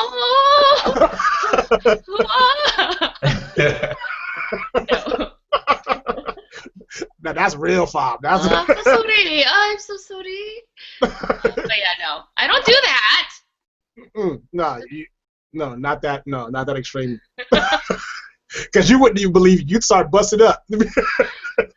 That'd be a character you couldn't even maintain. Okay, but she would start laughing so hard right then and there that the cop be like, "Yeah, see, you knew you couldn't do it." She's like, "I know, just give me my ticket." But the Oh, I did get a warning one time. I was hanging out with a friend. It was like right after finals or something. So we got this was in college, and the finals. My friend was black. We were. That's the problem, right there. That's what it was. See. So yeah, it was school police. They came through and they said, you guys are not allowed to be here. They were going to give us citations. And I was like, officer, I did not know. And blah, blah, blah, blah. And my friend was just quiet the entire time. Just, I'm not talking. I'm not talking. I'm not talking. They let us go. But that was the first and only time I ever got any close to any altercations of any kind other than speeding tickets. But so I don't know what I would do if I got handcuffed. I think probably I would pee myself. I would not know how to handle my bowel movements. It's scary.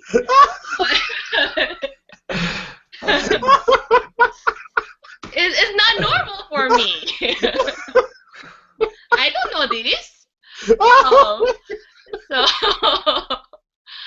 all the black in me just goes out the door, and I just become complete fob. Yes. You know what that reminds me of? Remember we went to that Subway? We went to that Subway restaurant, and it was in the middle of the hood, like oh yeah, hood. I remember. Like Jules has much. Like people always, people around different locations say, "Oh, she must got some black in her." And people believe it when we say she got black in her in certain locations.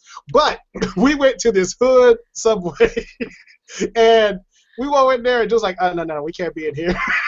And this dude, I'm like, chill, we cool, it's whatever. And she's like, no, dude. I wasn't like that. We actually got food. We got food, but you kept saying, no, we can't stay in here. No, I don't want to eat there. That's for damn sure. Man, see, we got it to go.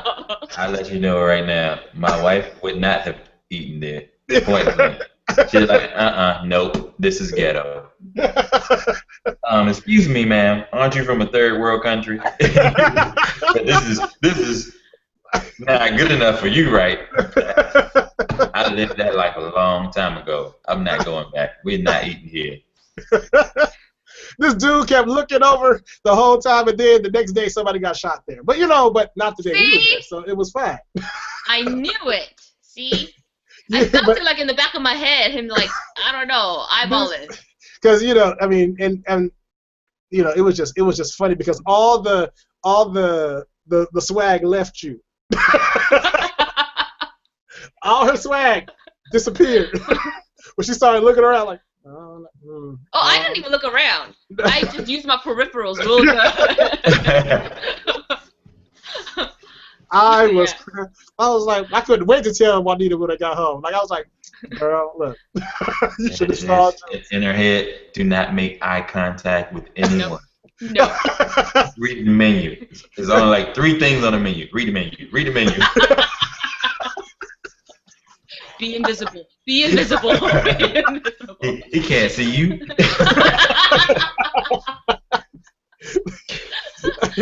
It was like it was the first time I'd ever seen all her swag leave. I've seen bits and pieces, but it all right out the door. I was like, wow, this is new. But so what do you look forward to? What are you looking forward to, Jules, for your next year? What if you could give like 2 New Year's resolutions, what would they be for next year? Well, number one, the real thing real imminent thing that I'm excited about is finally sharing our new material, our music with all of our fans. Not just the music, but the visual aspect of it as well. I'm not going to say the 2 words, but visual aspect. That's the synonym. Y'all talking synonyms today? Like metaphorically speaking. No, but I'm really excited to share that part of our world with our fans because we haven't really done that a whole lot other than when we were on the radio show and you heard the music, but now you get to also see the music. So it'll be really fun. And then a lot of other projects that are in the pipeline coming very soon. So I can't say much about them, but I'm very excited about them. And like what Dee said, it's a lot of work and a lot of planning and a lot of pre-production, post-production, and whatnot. But Jules loves that word, production. Oh yeah. It's my favorite, my best friend. But yeah, it's very exciting. Like I said, that's why it's new for me to in many aspects. But I'm excited about it, and it's a new skill set, and I'm always excited to learn more stuff. So it's also very hard. I'm not gonna lie. It is hard. It's a different part of my brain that I have to use. So I have to exercise those muscles. But yeah, don't laugh at me. Don't you laugh at me. I'm picturing the cartoon mouse like in your head, just trying to lift the weights. Gotta dust it off first. It's been a lot. But yeah. My mouse is like, what's the problem? Come on, let's go. It's on steroids. Right. Mine is like a geriatric 87-year-old mouse. We find out later it was just balloons with numbers on them, like cartoon. Like what the problem is. Oh man. And what would your second resolution be? What? Because we were actually talking about what you're looking forward to, but what would your New Year's resolution be? Since we're not going to be able to really do a New Year's show. Oh gosh, my New Year's resolution.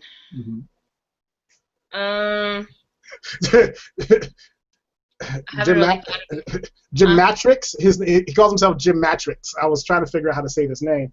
He said your New Year's resolution is to stay pretty and to do more photo shoots. What you trying to say, Joe Matrix? That I have to work to look. Okay, it's true though. It's true. Yeah, it is. It's true. No, he said he wants to see you more. Wow. You should see her in the morning. Then you'd be like, nah, we go. No. That's what my computer said for the last couple months. I'm good. But yeah. I really don't know. I haven't really thought of any New Year's resolutions. I'm sure they'll come to me eventually. So I worked out for the first time in a really long time the other day, and I realized I'm really out of shape. So I need to. That's one of my big. I mean, I'm sure everybody has that. I thought you were gonna be unique this year. I thought you were gonna do something unique. No, I'm going back to the OG one. Get back in shape because I need my health for what's to come in the next year. So yes, that's a big one for me right now. Yeah, but also finding time to do that. But we'll see. You do a workout. You do a workout video to your own music. Oh my God. That way, no matter what, you got a video. Oh my God. Do a Jane Fonda, the Korean version. I don't know if I want to see that. I don't want to.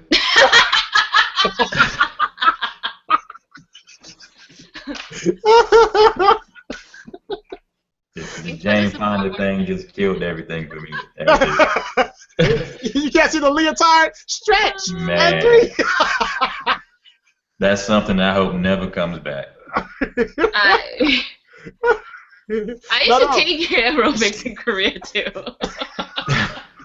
No, you should do the Richard Simmons version. I had the whole outfit and the What's the leotard and difference everything. between him and Jane Fonda? Yeah, what is the difference? He's shorter and more energetic.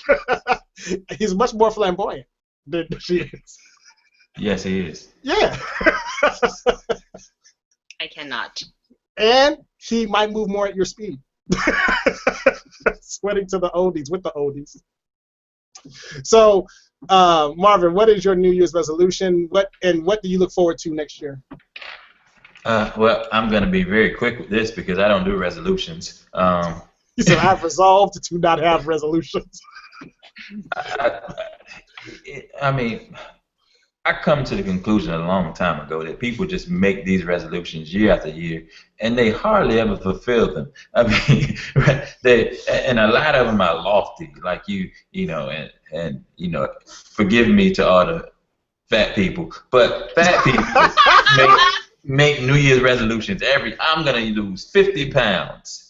And they go and buy Special K and the Special K bars and Special K water and all this stuff for a whole 2 weeks. And then 2 weeks later, they're at McDonald's with a biggie fry, a biggie drink, and a salad.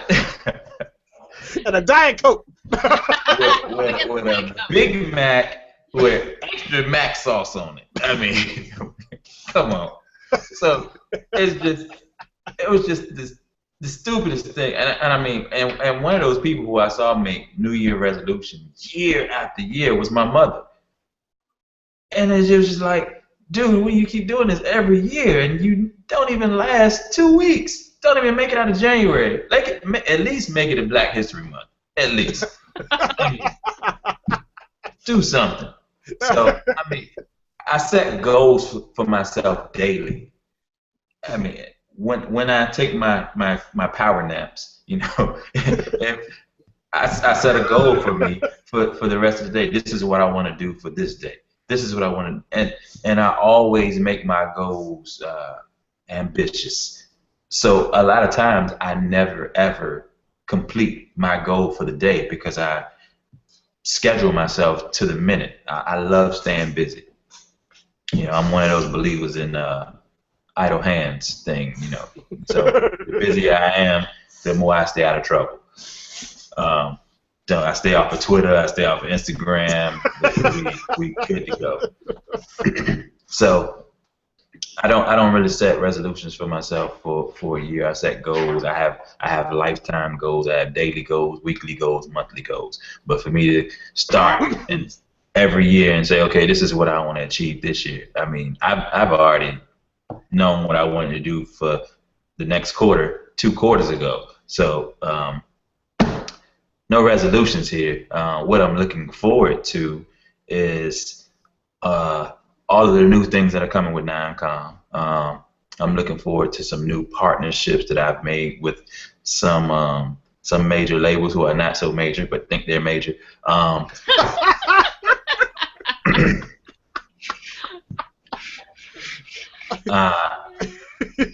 Somewhere down the line, I have become like have the golden touch for female artists, which is really that just sounds all kinds of bad. I mean, it's really not true because I mean, most female artists don't even make it through a session with me. So it's for the two that have went on to attain some sort of success, they just make me look so good.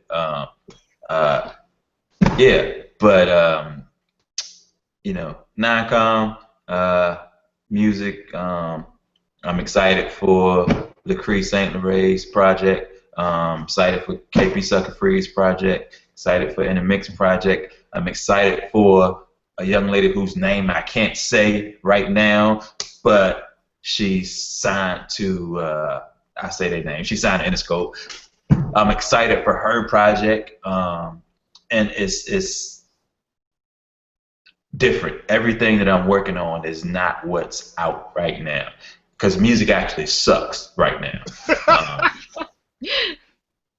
And I'm not saying that to build myself up. Music actually sucks. I mean, if you look at sales, sales suck. Oh yeah. Oh, you were here at the beginning of the show where we actually talked about that. We actually talked about what's actually happening in music today, and how if you're just depending on music to make it, then you are probably in trouble. Yeah, you know, unless your name is Beyonce or Jay-Z. Well, that's the name we didn't mention. We didn't mention her husband. You know, Yeah, we mentioned her husband. We didn't mention her. You have problems. I mean, because just recently you had an artist go on Instagram and Twitter and say he wasn't making any more effing music because he sold 22,000 units. Well, he did something that was groundbreaking. I commend him. It was groundbreaking. Pandora came up with this new marketing platform that's called Pandora Premieres, where they allow you to go through and listen to the entire album before it comes out. Now, smart but dumb, because if the album sucks, who's gonna buy it? Right. You know. So whoever was in that office, in that meeting, that said, "Let them have the whole album. They'll love it and they'll go buy it," should be fired right now today. Because what you should have done is put your best 2 tracks up there and make them. They want to hear anything else, go buy it. Simple. Go buy it. So this artist was one of the first artists to do the Pandora premieres, and he sold 22,000 units because of Pandora premiere. Because everyone heard his album and it sucked. He had 2 good songs. The rest of it sucked. Now, his rant was, I look better than everybody. I sing better than everybody. I write better than everybody. I produce everybody. You people just don't know music. Okay. Whatever. You sold 22,000 units.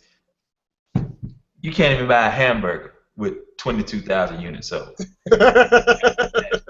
Just bottom line. And I mean, and it's not even just his sales. A lot of people's sales. K. Michelle sold 90,000 units. But when you have major labels spending money, putting marketing dollars towards you selling upwards of 400,000 units and more, and you're only selling 90 and 22, and another artist sold 17,000 units, and another artist sold 5,000 units, and then they unreleased this album, and then re-released the album, and then he sold another 20,000 units. So it makes no difference. But what they think is that the industry is broken. No, the industry isn't broken. It's the music that you're making that just sucks. Just bottom line, your music sucks. There's albums are now like we make our music like we make our cars now. Cars get manufactured way faster than what they used to get made. Music, it used to take 3 years to make an album. 3 years to make an album. Now people are making albums in 3 months. How? Well, here's the other thing too. Even with that process, it's like there are people who will rush to try to say they're doing something, and then because they want their friends to acknowledge. And that's what, like, the more research I do, it comes down to the same basic, hood mentality. No matter how, smart, or no matter how experienced the person is in terms of, they have, a little level of respect or whatever, they still want people that they know to know that they're doing something. So in that, they want to rush. They're always asking about timelines. They're always asking about this, that, and the other. Now, on the management side, it makes me smile a little bit. But then, as a person who's advising people from time to time, I'm like, but what does it sound like? What does it feel like? Why would people buy this from you? Like, not everybody doesn't have to like it, but you have to tell people why they should, and not the cliche, corny, blah blah. It has to reflect you, because not everybody. Huh? Yeah. Because I'm hot. Bit hot fire, Dylan. Oh my God. Hey, don't think it's funny, Jules. We got a call not too long. Oh wait, were you? No, she wasn't there. But we got a call not too long ago where somebody literally said, "You don't know who I am? You didn't." Oh man, I'm gonna say his name. What is his name? What is his name? What was his name? The infamous No. Because he wasn't the hit maker dude. Let me Hold look. on. I'm looking the email up because this dude, I mean, he calls my phone. Like, yeah, can I speak to Marvin? I'm like, this is he. Yeah, this is such and such. I say, okay, who the hell are you? Oh, yeah, one of your clients, they want to do music with me. Okay. Yeah, so I'm calling to talk about that. Okay, what are you trying to do? I don't understand the language that you're speaking. Because your language is Well, incomplete. she want me to write for her and do a couple tracks, and I done this. I got some songs on love and hip hop with this person and that person and da da da da. I say, so what are you looking for? Oh, we got to talk about that bread, but Young industry. Young industry. Young industry. There you go. I had to look it up. Oh, that's his name? Yes, that's his name. No, his So name then, sucks. I asked this guy, I say, send me a link to show your work.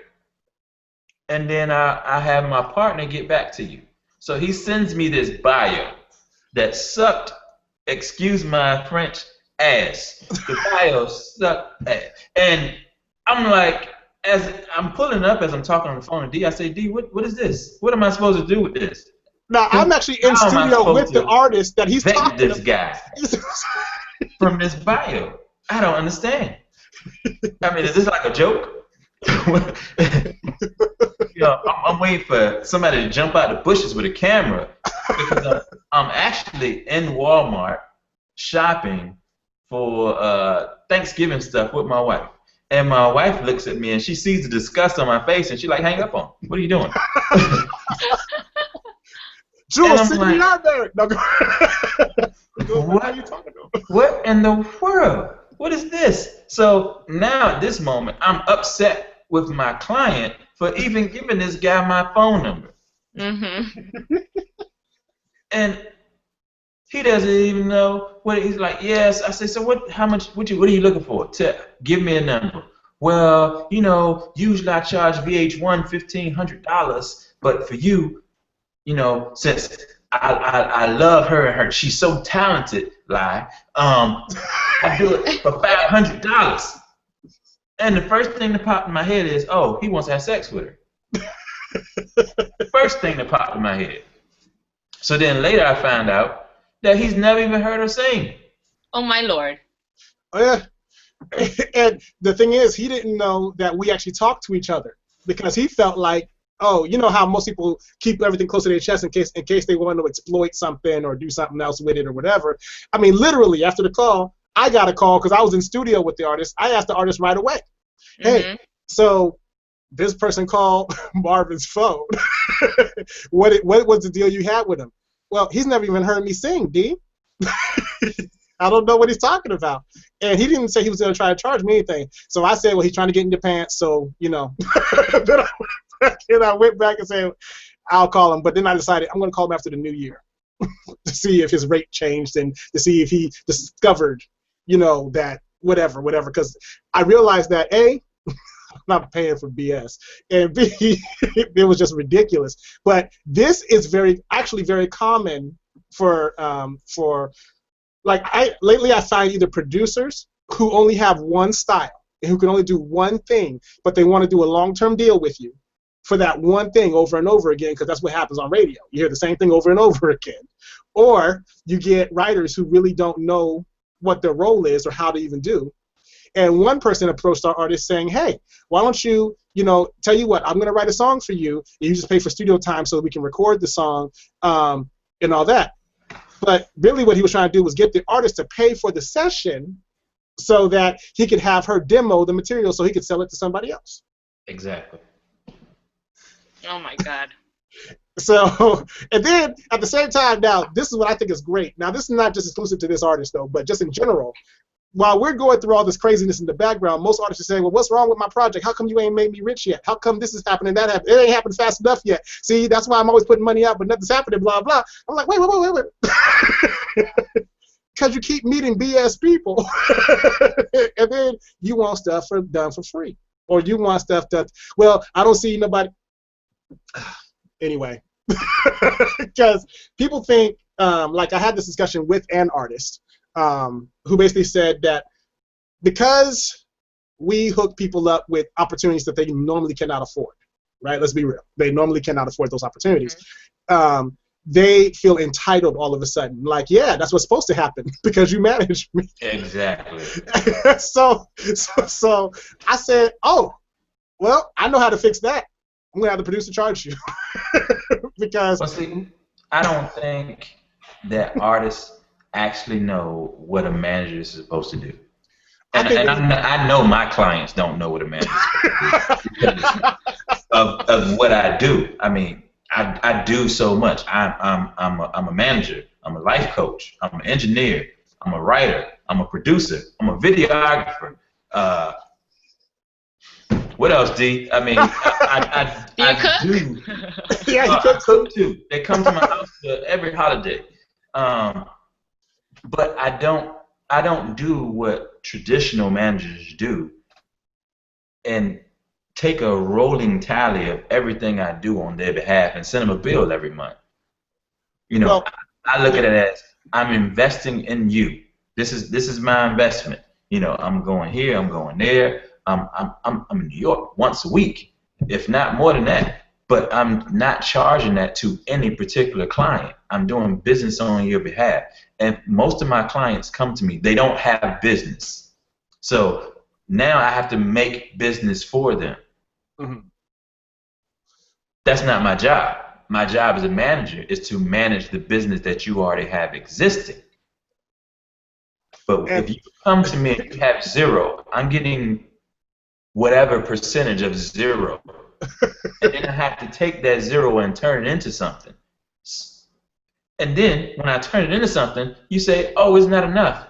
Guess what? I'm so easy. I don't. And my lawyer hates me for this. The second you're unhappy with me, just as I do with anything in my life, you don't want to be here. Don't be here. Go. It's just a contract to me. I will rip it up. Go away. Go away. I mean, I don't need to make money off of you for me to continue to make money. I make money every day. It makes no difference if you're here with me to make money. It just so happens that I make my plate big enough for you to eat off of my plate. You don't even have a plate yet, but you feel like I'm eating off of your plate. No, you're eating off of my plate.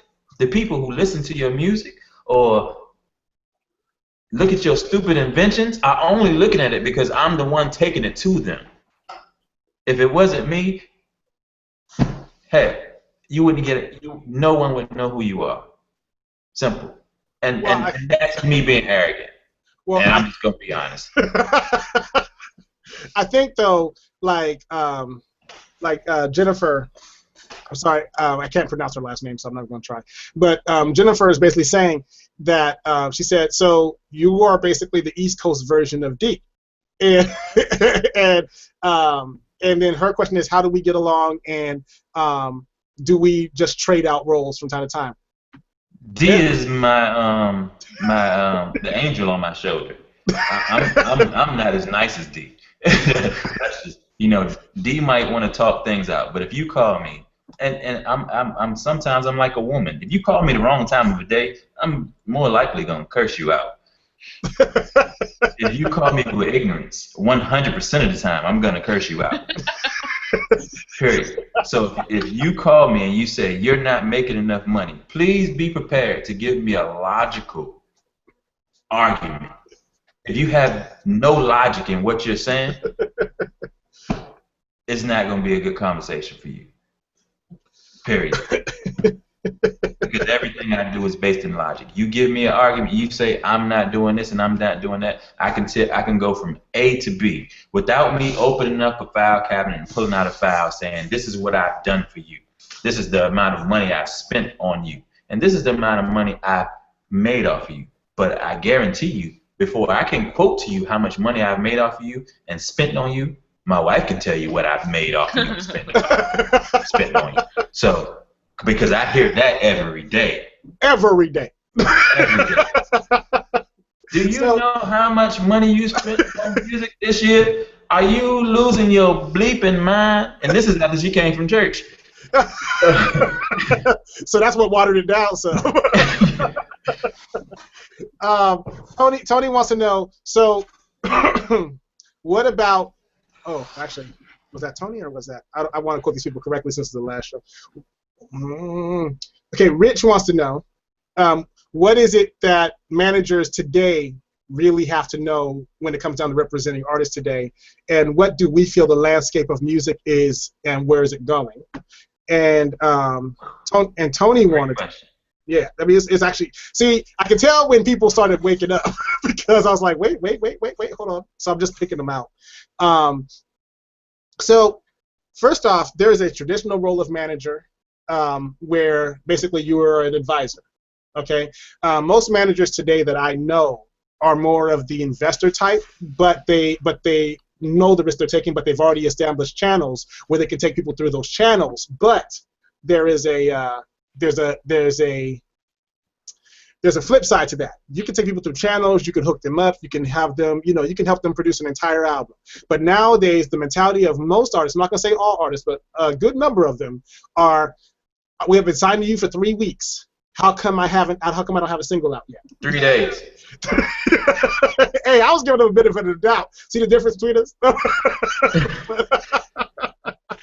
I was, I'm like, this is a very, the landscape for artists anyway is very different than the way it used to be. You used to think when you thought about being an artist, you thought about the hard work it was going to take. You thought about building a reputation and a sustainability in your craft. Now it's not even looked at as a craft by most artists who are trying to get into it. And then the ones who have actually been in it for a while are a lot of them are getting a little bitter because some people worked really hard and new people are coming in and just snatching their lightning away only because people have lost the ability to really listen for quality.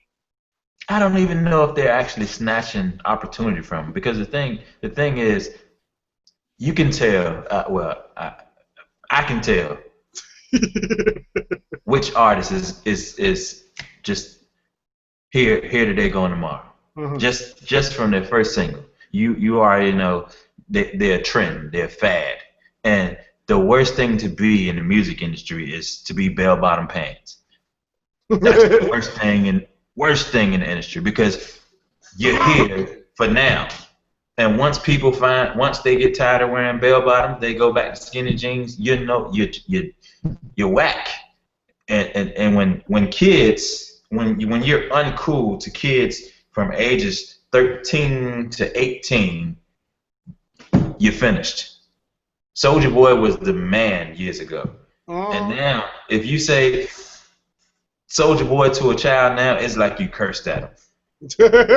Or you knocked the stick off his shoulder. It's bad. So it's more of the people that I respect are the people who take time to develop their skills, that allow themselves to be developed. Because now there's no more artist development. It's just, okay, put them in the studio, throw some auto-tune on them, get a good engineer, get a good producer, put the song out there, let's see what it does. Boom. If it does something, okay, throw another song out there, whatever, and then put them on stage. But then when you put these children on stage, because a lot of them are young kids, when you put them on stage and they don't sound like the record that was produced, they get bottles thrown at them. They get chairs thrown at them in some cases. Are you serious? It's yes. that brutal? Yes. It is bad. People feel like you lied to them. Like you took their trust and you just abused it. Yeah, so, and the average price of a concert is like $75. So here this child is spending half of his money for Jordans to come watch you on stage, and you suck. Mm-hmm. So now he's pissed off. But it's like the business, like even if you take in the older artists, the ones that are older in age, they should be more seasoned, but they're trying to sound like kids. Yeah. They get other things thrown at them, but I think it's a little worse for them because kids kind of can bounce back if they go back in and they show the growth and they show that they understood where they went wrong and all that kind of stuff. You have a journey to follow. But there was a debate on the Breakfast Club. Was the Breakfast Club or another thing I was watching? But there was a debate recently where people were saying, why is it that these artists are trying to live two lives? Why are they trying to say that this? Oh, you know what it was? Because of the Mace thing. Remember? Did you hear about this, Marvin? Where Mace was on Instagram, he had bought 1.5 or 1.7 million followers. And so Instagram occasionally goes through and wipes out all the fake, stuff, right? So, so first off, he was dumb because he didn't know where to purchase his stuff at, but that's a whole different situation. But the other thing was, so when they wiped it out, he lost 1.5 million followers in an hour. Ooh. So he got mad and quit Instagram, and then also quit Twitter. So I'm guessing that a lot of his followers on that were bought too. And then Charlemagne the God on Breakfast Club said, "See, it's a shame he took the church's money to buy followers on Instagram."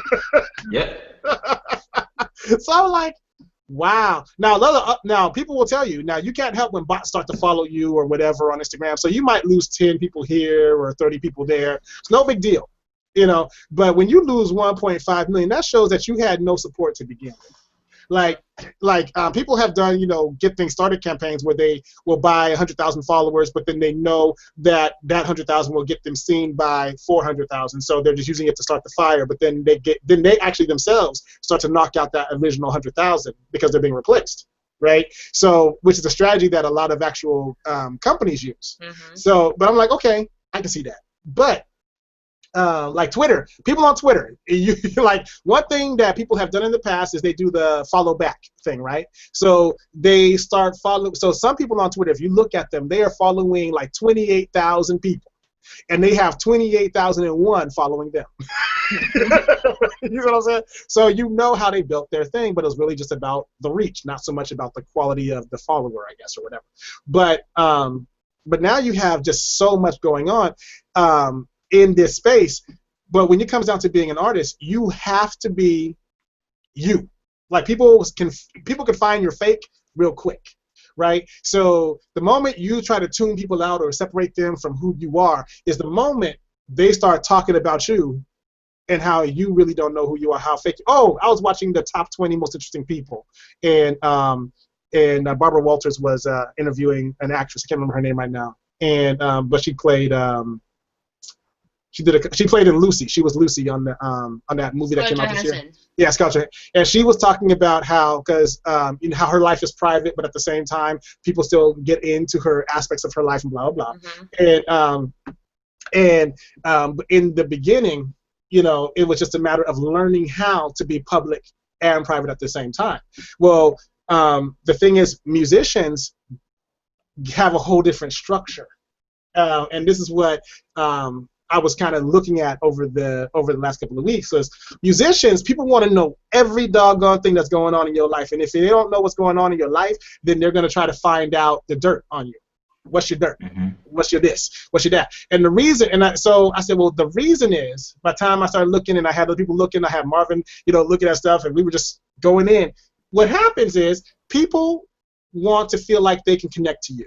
They want to feel like they know you. They want to know all your ups, your downs, your challenges, and your victories. They want to, because music is supposed to inspire them to want to move forward or hate on this thing or love this thing or whatever. Music controls the emotional state of a lot of people. So they want to know that what you're creating isn't just so you get their money. That's how come, people who just produce dance music, that's all they, that's because they just want to dance anyway. But people who produce love music, now they want to know what happened. How did love hurt you? How did love heal you? How did love take you on that journey? How did, so when you have older people trying to sound like young people who have no idea what love is, they sound retarded. They sound like their growth got stunted because you got R. Kelly wearing tight jeans, Oh man, it's just really ridiculous, and that's what. So a lot of people who are a little older in the business are getting just beat up right now because of their young decisions, but they're older and they're obviously older, So it's just ridiculous. Yeah, the creepy old man. And every time somebody brings up the creepy old man, it's always a picture of R. Kelly. Exactly. Like every time I see something that talks about the creepy old man, like when he was in the skull cap and the I was like, wait. The other thing is, okay, so Tony. So Tony was asking, when it comes down to, hold on, enlarge. When it comes down to, I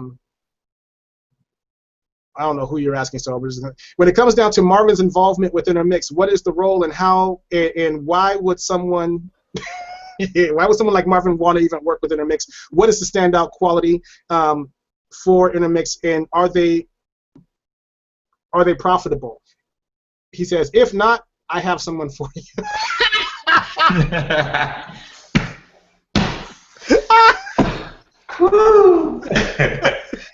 I got you know what, Tony? How long we been working together, D? Oh man, almost 3 years. I've heard that for 3 years now. Yeah, true. Yeah, good. Everyone always asks why, and it's not even just delegated simply to Innermix.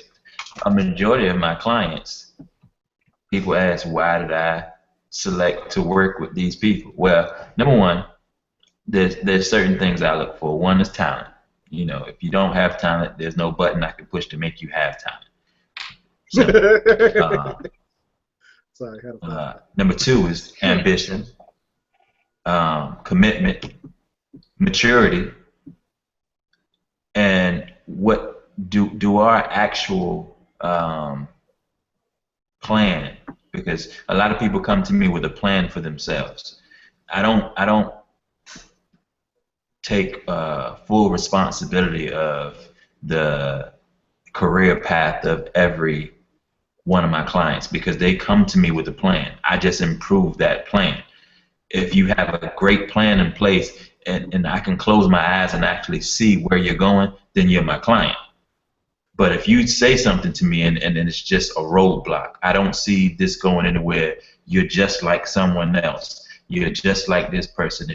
If I ask you, well, who do you see yourself as? Oh, I'm just like Sierra.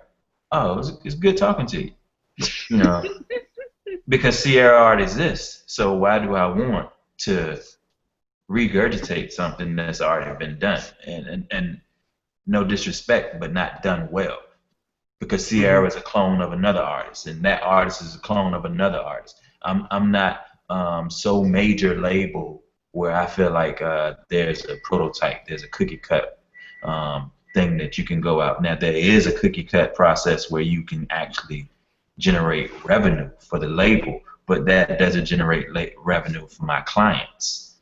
So for you to be just like this person or remind the masses of this type of person, that's not helping, and I would not be who I am if I only profited off of what you did. Because plenty of labels come to me and say, hey, just act like you managing them. You're not going to make no money off their percentage. We're going to pay you. I could easily take all of those deals, but that's not who I am as a person. Now, if I were motivated by money, then hell yeah, I would take every last one of them. I'm a simple person. I will never ever move again. I don't buy Jordans. I don't buy cars over a certain dollar amount. I won't spend $1 on a candy bar because I think that's just too much for a candy bar. I mean, I'm a very cheap person. Everyone will tell you that. And it's not even based on the amount of money I have or the amount of money I make. I just don't like wasting things. I have a great respect for the amount of work I put in to make the money that I have. So for me to spend it recklessly would be slapping God in the face. You know, the more I waste, the less I can do to help someone who actually needs help. Mm-hmm. So I have a okay. So a couple of weeks ago, I did an interview on a radio show. The host name was Jamie. Jamie is now watching this, and he's been watching our shows ever since I was on his show. Actually, before I was on his show, and he's like, he says, and here's what it comes down to. Marvin, you sound like a very intelligent man, and I'm going to pose the question to you that I posed to D on our show. Do you see any value in this brand, Innermix? Also, and then he's saying, because I'm the one reading, he says, D, if you were bold and blah blah, so he's trying to goad me, but whatever. He said, and who do you believe is the real value of the brand, and why do you maintain the other parts of the brand if you know that the value of the brand is, most likely one person? And then he's just trying to. Okay. This is funny. I can answer that for you real quick. Okay, is there value in the brand? Yes. Wow, he went on a tirade. I'm sorry, I was just reading. Why hold on to one part of the brand when you feel one part of the brand is for the lack of a better word, useless? That's what he said. Well, he said useless. Okay, I'm sorry. Well, for lack of your better words, useless. But now, with every company and every group, there's strengths and there's weaknesses. One person's strength is another person's weakness. So in this dynamic, D is very, very, very intelligent. And that's not to say that Jules is less intelligent. It's just that D is so intelligent that sometimes he even makes me seem unintelligent. It's just the bottom line. So to say that one person is valued more than the other is not good business sense, because your job as a businessman, as a manager, is to see the value in all of your clients, no matter what. So what her strengths are, that's what we build on. What D's strengths are, that's what we build on. I mean, D is not going to be in the front of Essence magazine with lip gloss on, Hey, you never know, D. That just can't come. As long as I'm his manager, D will not have lip gloss on. And I don't even think his wife would allow him to be on the magazine. But that's something that we can do with Jules, and it's easy for everyone to say to paint Jules as the face. She's here for the beauty. She's here for that. But if you actually sit down and have a conversation with her, if you actually listen to her, you will see that she brings far more value than just being the face. I mean, because for a while, no one saw her face. And her numbers were far better then than they are now. They see her face. Damn. Honestly, I have a face for radio. I'm just saying.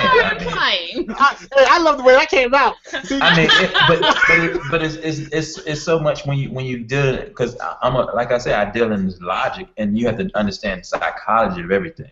With people being, there was a certain perception of what Jules looked like when she was just on radio. They just saw a picture here and there, but they still had they imagined what she was in stature, how tall she was, how big her breasts were, how big her butt was, whatever. I mean, there was a lot of people who said a lot of perverted things. Oh, really? Yes. You didn't get a lot of.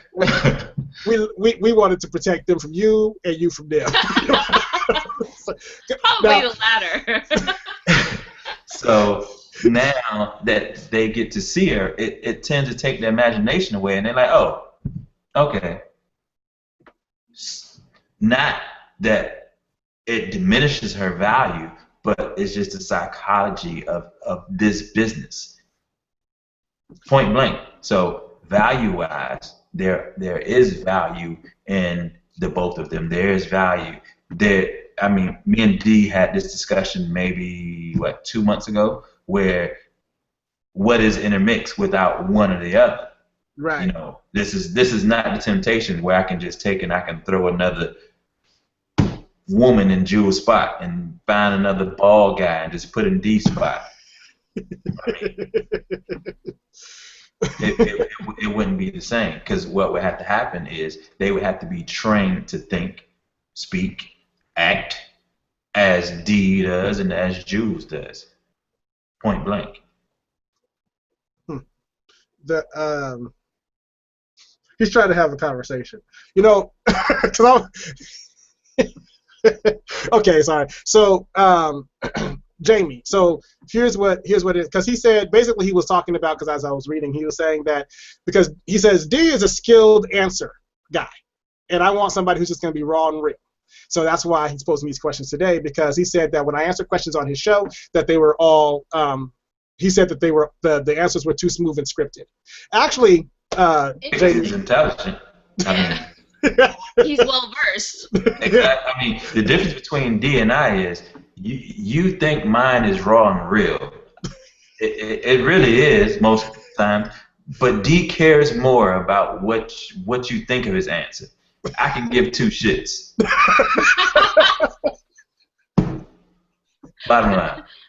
I mean, I honestly, I was 5 seconds away from saying to hell with your question, not even answering the question. But for respect, out of respect for D and Jules, I answered the question because I'm on their show. So I have to, play nice. I felt like doing the Mike Tyson thing.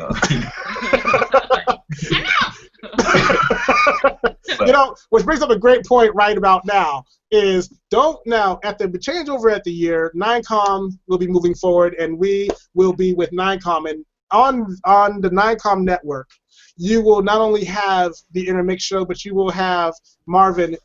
Marvin has a show coming out too, and so what you can your show.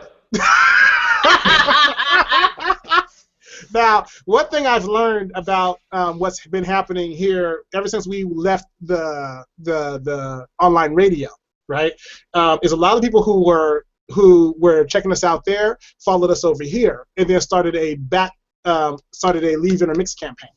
But it took me a while to find that out, right? So then when numbers started to dip, I was saying, well, I don't know what happened. Well, what happened was people were saying, "Oh, look, the quality of the show is bad." I'm going to tell y'all what I found out, because hey, whatever. Is people were saying the quality of the show is bad. Jules doesn't do anything, so what's the point of her even being on the show? Why don't they bring somebody else in to replace her? Well, D thinks he knows everything, but he doesn't know anything. How's she going to answer any questions about relationships, and she's still on her own? How's she going to help me in my life? But they were actually talking about us on their shows. Oh, these are other radio hosts. Yeah, these are the radio hosts. Because, like on Jamie's show and other shows, people kept asking, well, come on, how can she help you when she can't help herself? How's she going to do this and do that? Well, she doesn't live in the real world. She lives in the Jules world, And so as I answered these questions one by one, then they were, that's why he tried to get us on our own show. I don't live in the real world. So because I found that people, they didn't want to attack me. They wanted to attack my intelligence, but they didn't want to attack me as a personality. They wanted to attack Jules as a personality. Then and people don't think I'm going to do research, to find out where all this is coming from. But most people don't know that we owned an internet company that actually did this, So it's a very interesting process to me. And then there was another side, Team D, Team J. Remember that was a couple years ago, and then there was the one like, why would she work with a blind guy? How far could she possibly go with a blind guy? This, that, and the other. So it happens in little cycles, but this time, because the brand was growing, more than people thought it would, they're trying to get more vicious with it. You know what I'm saying? So I'm like, whatever. But it was really interesting, so that's why people started getting, literally people were getting emails, and people were doing little things here and there, say, ask him this question, ask him that. But if you look at the old account that our show was on, you'll see our numbers went up, because people were looking for stuff to talk about. Oh, they're basically stealing our show ideas. No, they were looking for a way to attack us in interviews. All they do is go back to your old content. Yeah. I mean, come on, to be honest, that's what I would do if I was that kind of, personality. I would just go back, look at your stuff, and then call you on it. Wait, so their entire show was based on attacking Innermix Show? Well, a portion of people's shows were like, because, there aren't a lot of good relationship shows out there anyway. Let's be real. After a while, people chase ratings and not quality. So because of that, and then our name kept popping up in different places. And remember that we did those articles for other magazines back in the day and all that. So what ended up happening was people felt like we were taking their audience base. But we went on one show together, and then after we were on their show, people moved over to our show. They lost their numbers, and then they quit and just became fans of our show. They still follow us and stuff like that, and they really like the show, and they never have any hard feelings about it. But there are other people who they told to, hey, you guys got to listen to the show, listen to it. So we started taking people's fan base from them, without ever meaning to. We were just putting on our show. But some people take it just really personal. It's like when you sing a lyric and then they say, oh, I knew you were getting at me. I don't even know you. How am I getting at you? I don't even know you. I am. Yeah. If you think the song is about you, guess what? It's about you. I bet you think the song is about you.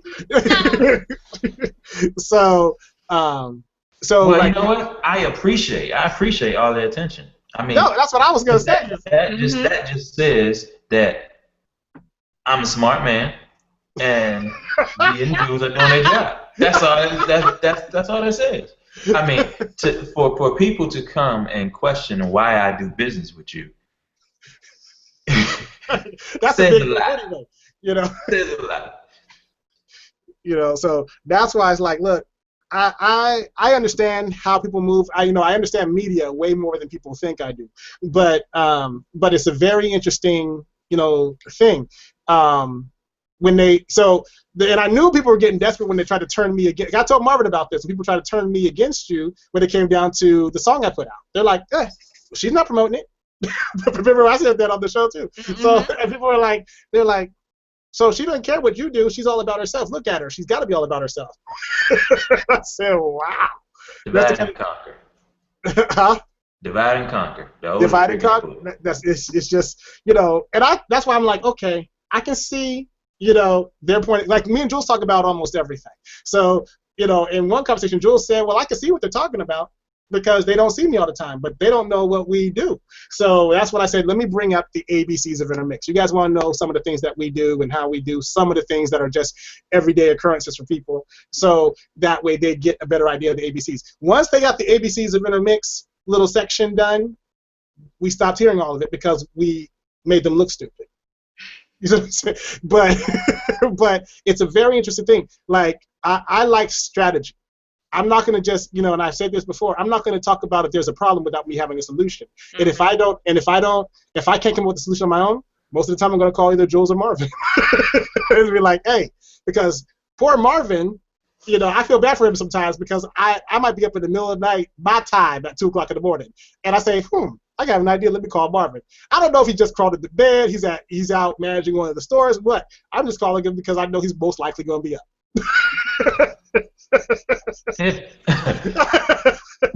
Easy work. and we just see what happens, and then we end up talking about something, and then we realize we've been on the phone for like an hour and a half. And I'm like, he the only one who's gonna be up, because if I call Jules, she'd shoot me. So it's because y'all are vampires, is what it is. So, but you know what, you guys, this has been a very interesting show, and I actually think it's been a fun show for the last show of the year. But as for what my goals are for next year, some people excel at blending in, and they want to be the standout in their blend in, if that makes sense to you guys.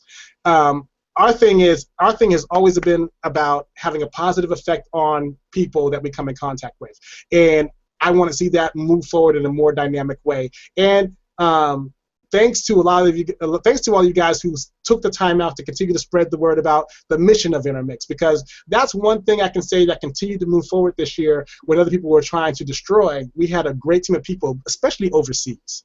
Now, U.S. people, very moody with what they do, but a lot of our overseas following actually grew, and we broke into new territory, so that was really exciting. So as we move into next year, I'm excited about you guys seeing more of the visual of what we do, and I can tell you up front that we make personality music. We make what feels good to us. And and the more you spend time with us, the more you understand what we do anyway. You know, so because we know we are serious and funny. Oh, and I told my wife what you said, Marvin, about the image thing, about the Chris Rock and what was his name, Dr. Phil. And I told a couple people about that. They said, "Yep, he figured it out." So it was funny because they said the first thing people did was start laughing right away because they're like, I never thought that's exactly what that is. I was like, wow, that's unique. So as we move forward into next year, I'm excited about what's happening with Innermix. I'm excited about a lot of the projects that are coming up, even for some of the artists like Marvin and Innermix. We are co-managing an artist, so I'm excited to see what happens. I'm a bit more excited now. I don't even remember the people's name who asked all these questions because I'm excited that I'm gonna be pissing them off all year long. That brings me great joy. See, now he has a new focus. You know what I can hear in that laugh is Jules is excited about it too. Oh heck yeah! You see what I'm saying? The piss him off campaign. You off. I think I might change my show to pissing you off. Man. You need to do that you need to get somebody with a UK accent to do the opening for your show. This is beautiful. I mean, thank you so much. I'll tell you, like it's been really funny for me because I've been hearing so much stuff and putting out fires here, there, and everywhere. But it's been so I told I think Jules when she was up for my Christmas party, I said, hey, I'm taking a break. I said it's been a very long year, but it's been a very good one in the sense that now we're seeing certain things about whatever. And one thing that everybody knows, after a while, when you start to go into a new area, you start to learn a new thing. There are hiccups, there are bumps, but you get it if you stick to it. And like Jules said, she's activating a new part of her brain. Fantastic. I'm being, and I like to say, provoked or made to stand out and not just blend in and push other people forward all the time because there are other things that I really want to see happen, and I'm excited about it. But everybody needs a Marvin on their team eventually. Oh yeah. You need somebody's going to come up to you and say, you know what, that what you want to do? Well, then shut the hell up and do it. You need that every once in a while, and then every now and then you need someone like me who's going to say, don't say that. Don't say them words. Don't put them together in that order. So, and then next year, you guys, we are now. People have been asking, and yes, there is still life coaching, but you have to make sure that you make an appointment in advance because we're not always available. So you got to make sure that you're scheduling it until we, take care of some other things, but make sure you're scheduling it because what's going on in your lives really do matter to us. Okay, Jamie, you might want to call for an appointment.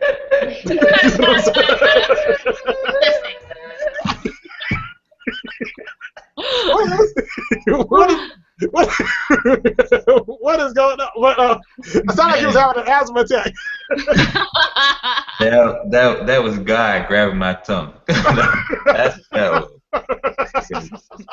Like I don't give two shits. I mean, that's just, I'm a compassionate person, but right now my goal is pissing you off. Well, so you see the diversity in this group. You see what I'm saying? But if you need life coaching, call D, because if you're one of those people who sent those questions to me, you don't want me to life coach you. Because I'm very suggestive. I'd like to be on that call. I do my third listening sessions in. on bridges. So you see why I have to be the calm one, people? You see why? Because you got Jules on one shoulder and Marvin on the other talking about, we gonna get you. See, Jules is like right in the middle between me and Marvin. I'm not gonna do anything. I'm gonna hand them the rope. That's it. What they decide to do with the rope is their choice. Bottom line. Oh man. Okay, I think we should end it on this one. Tiny Tina says basically that she is 19 years old and she has been watching our show pretty much the entire year, and she said that she said her and her friends heard about she heard about our show from Michael, who was that's the guy that was on our show, and he was like a big support. He's like every time we do something, he sends it out to over 100,000 followers, and she said the show has had. I'll have to reach out to him for that, but he's in Canada, and he's always like anybody like. I have two jobs for you, Michael. Michael came on the show and told us all about who you guys are just from his perception of what he saw when he first looked at the screen. And from then on, I was hooked. Well, that's great. She said, the show has had its ups and downs this year, obviously, because of all the things going on. I hope you're feeling better, Dee. Thank you very much. And Jules, I'm glad you survived the family.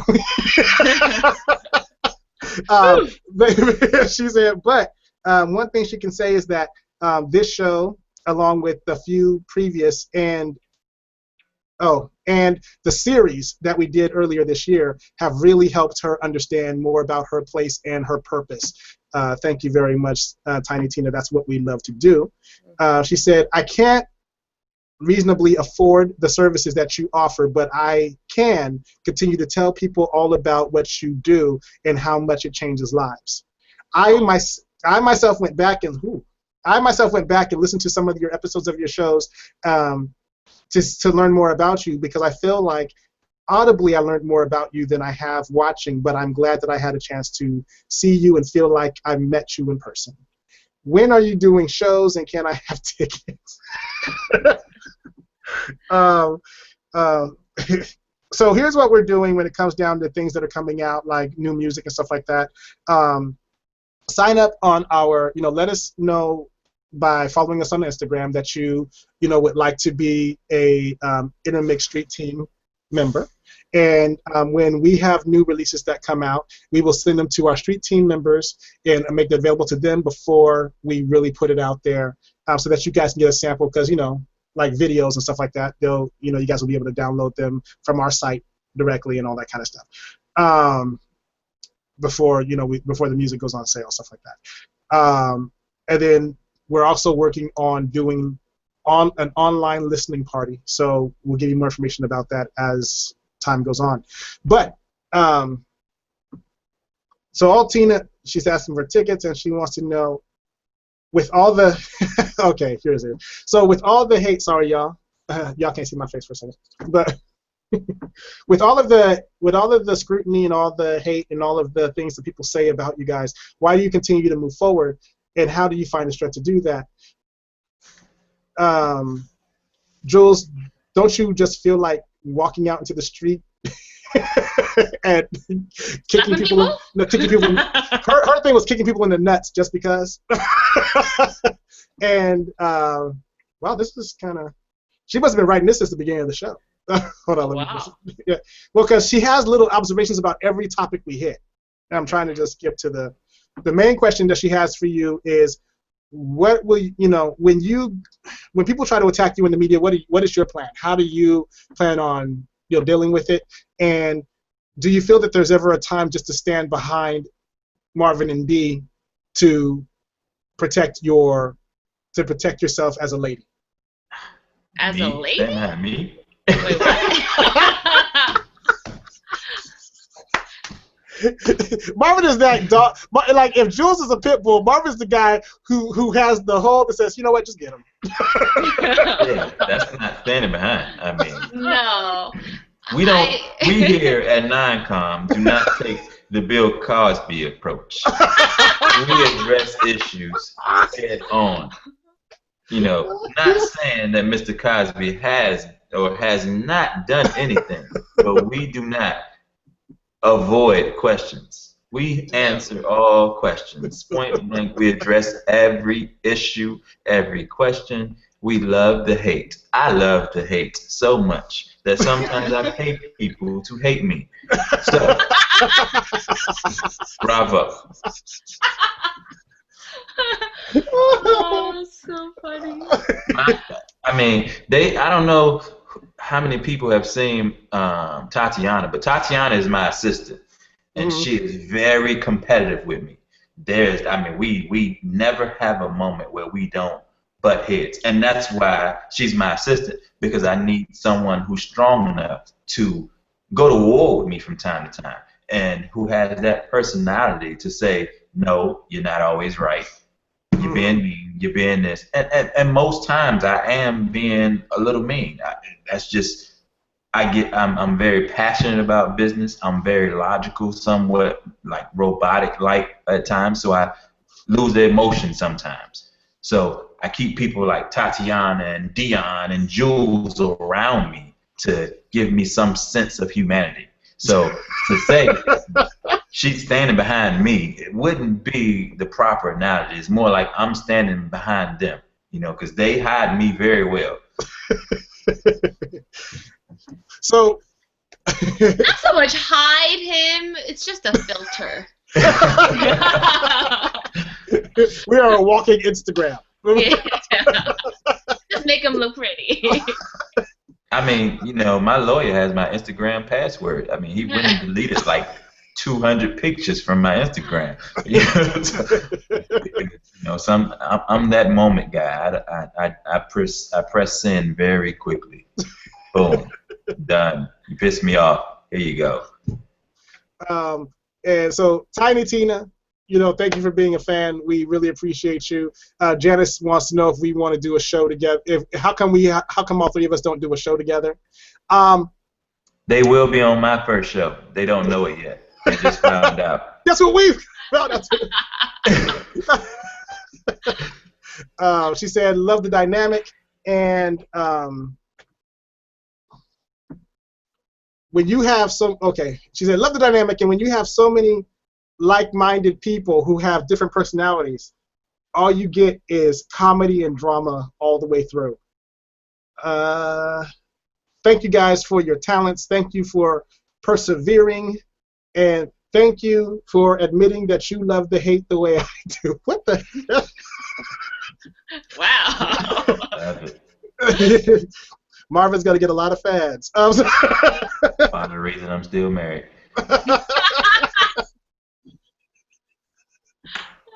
Oh, man. Look, you guys, it's been a great year.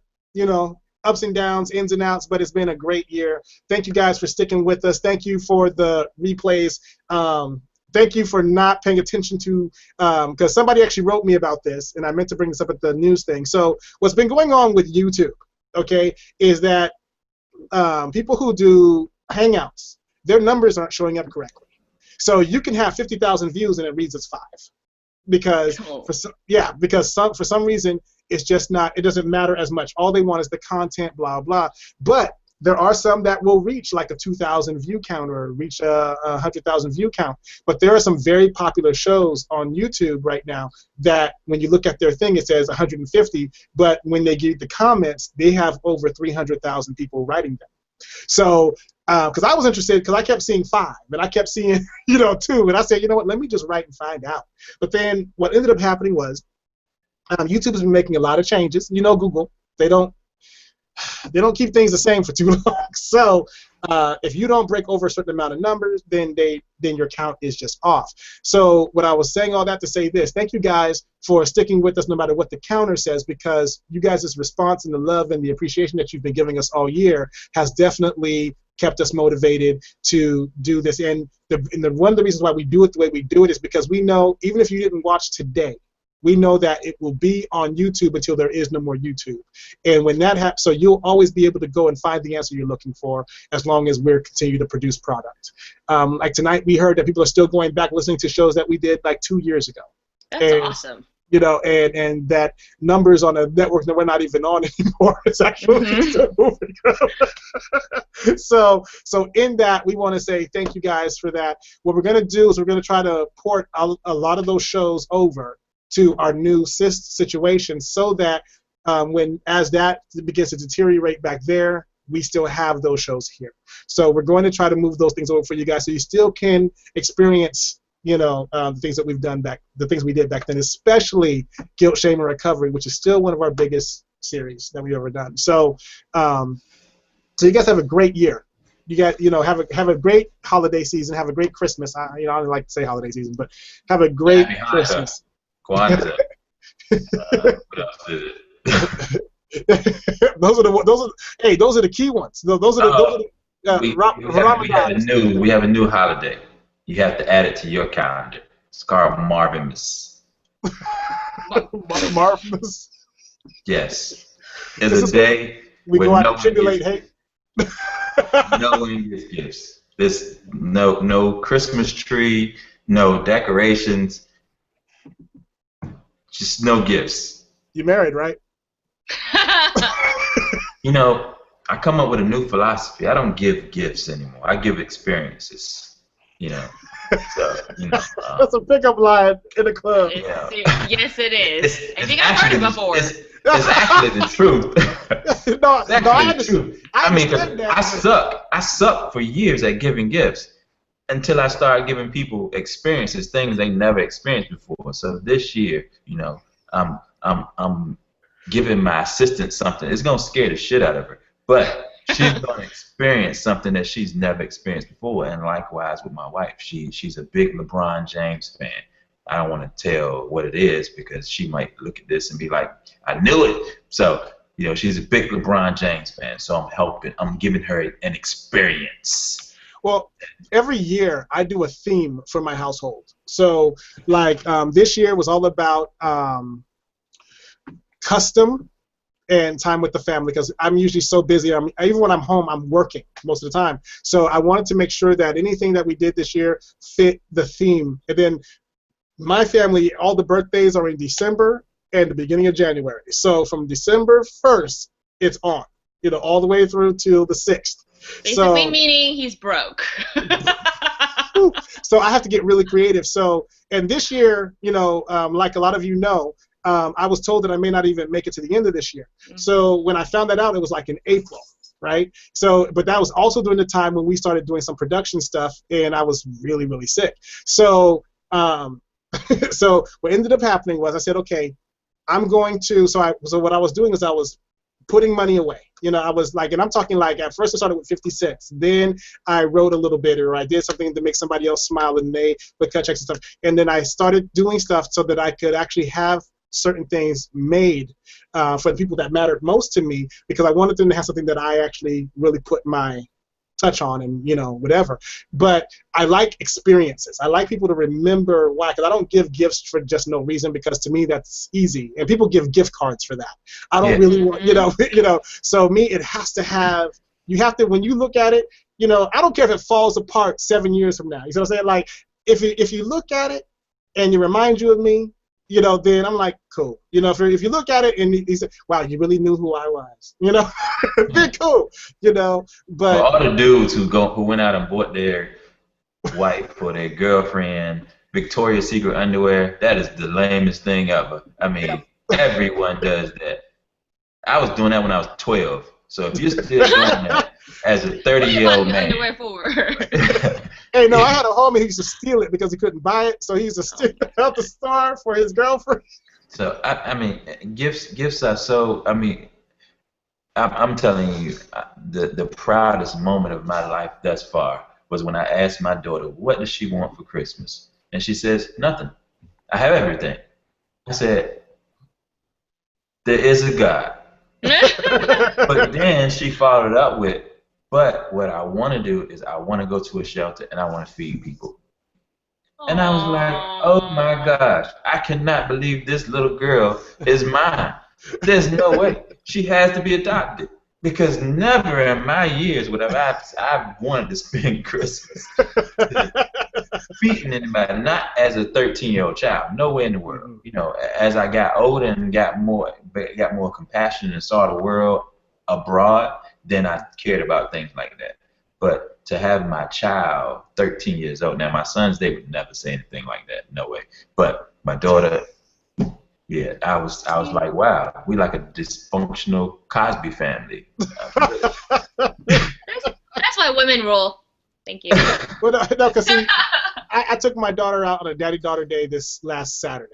And because my son, you know, it was his birthday on Sunday, so my wife and her mom took him out to Knott's Berry Farm. So he got to do roller coasters, and that didn't have to share the day with his sister because their birthdays are 7 days apart. So usually they have to share, you know, activities and whatever.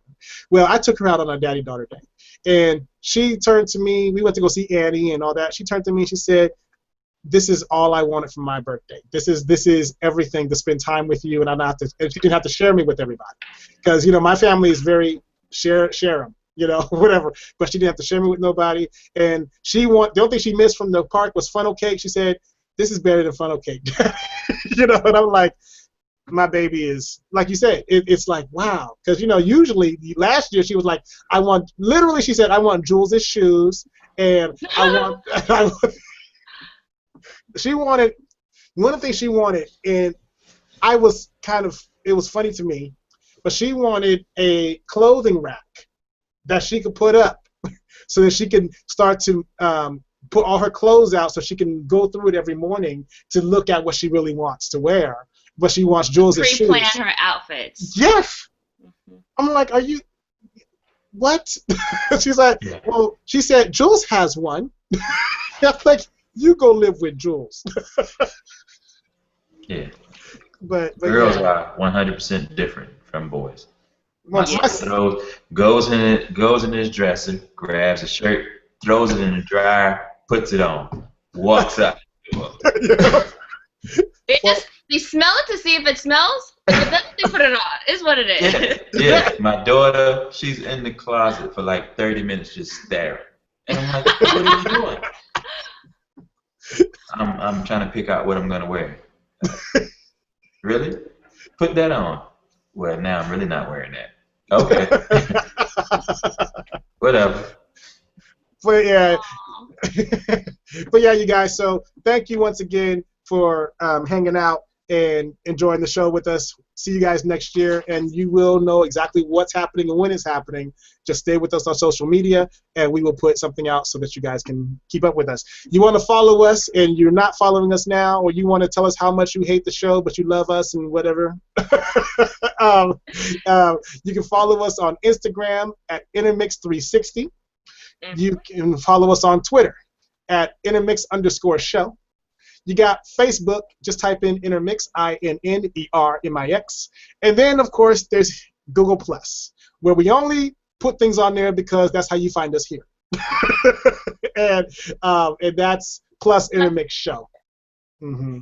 So, you guys, it's been great.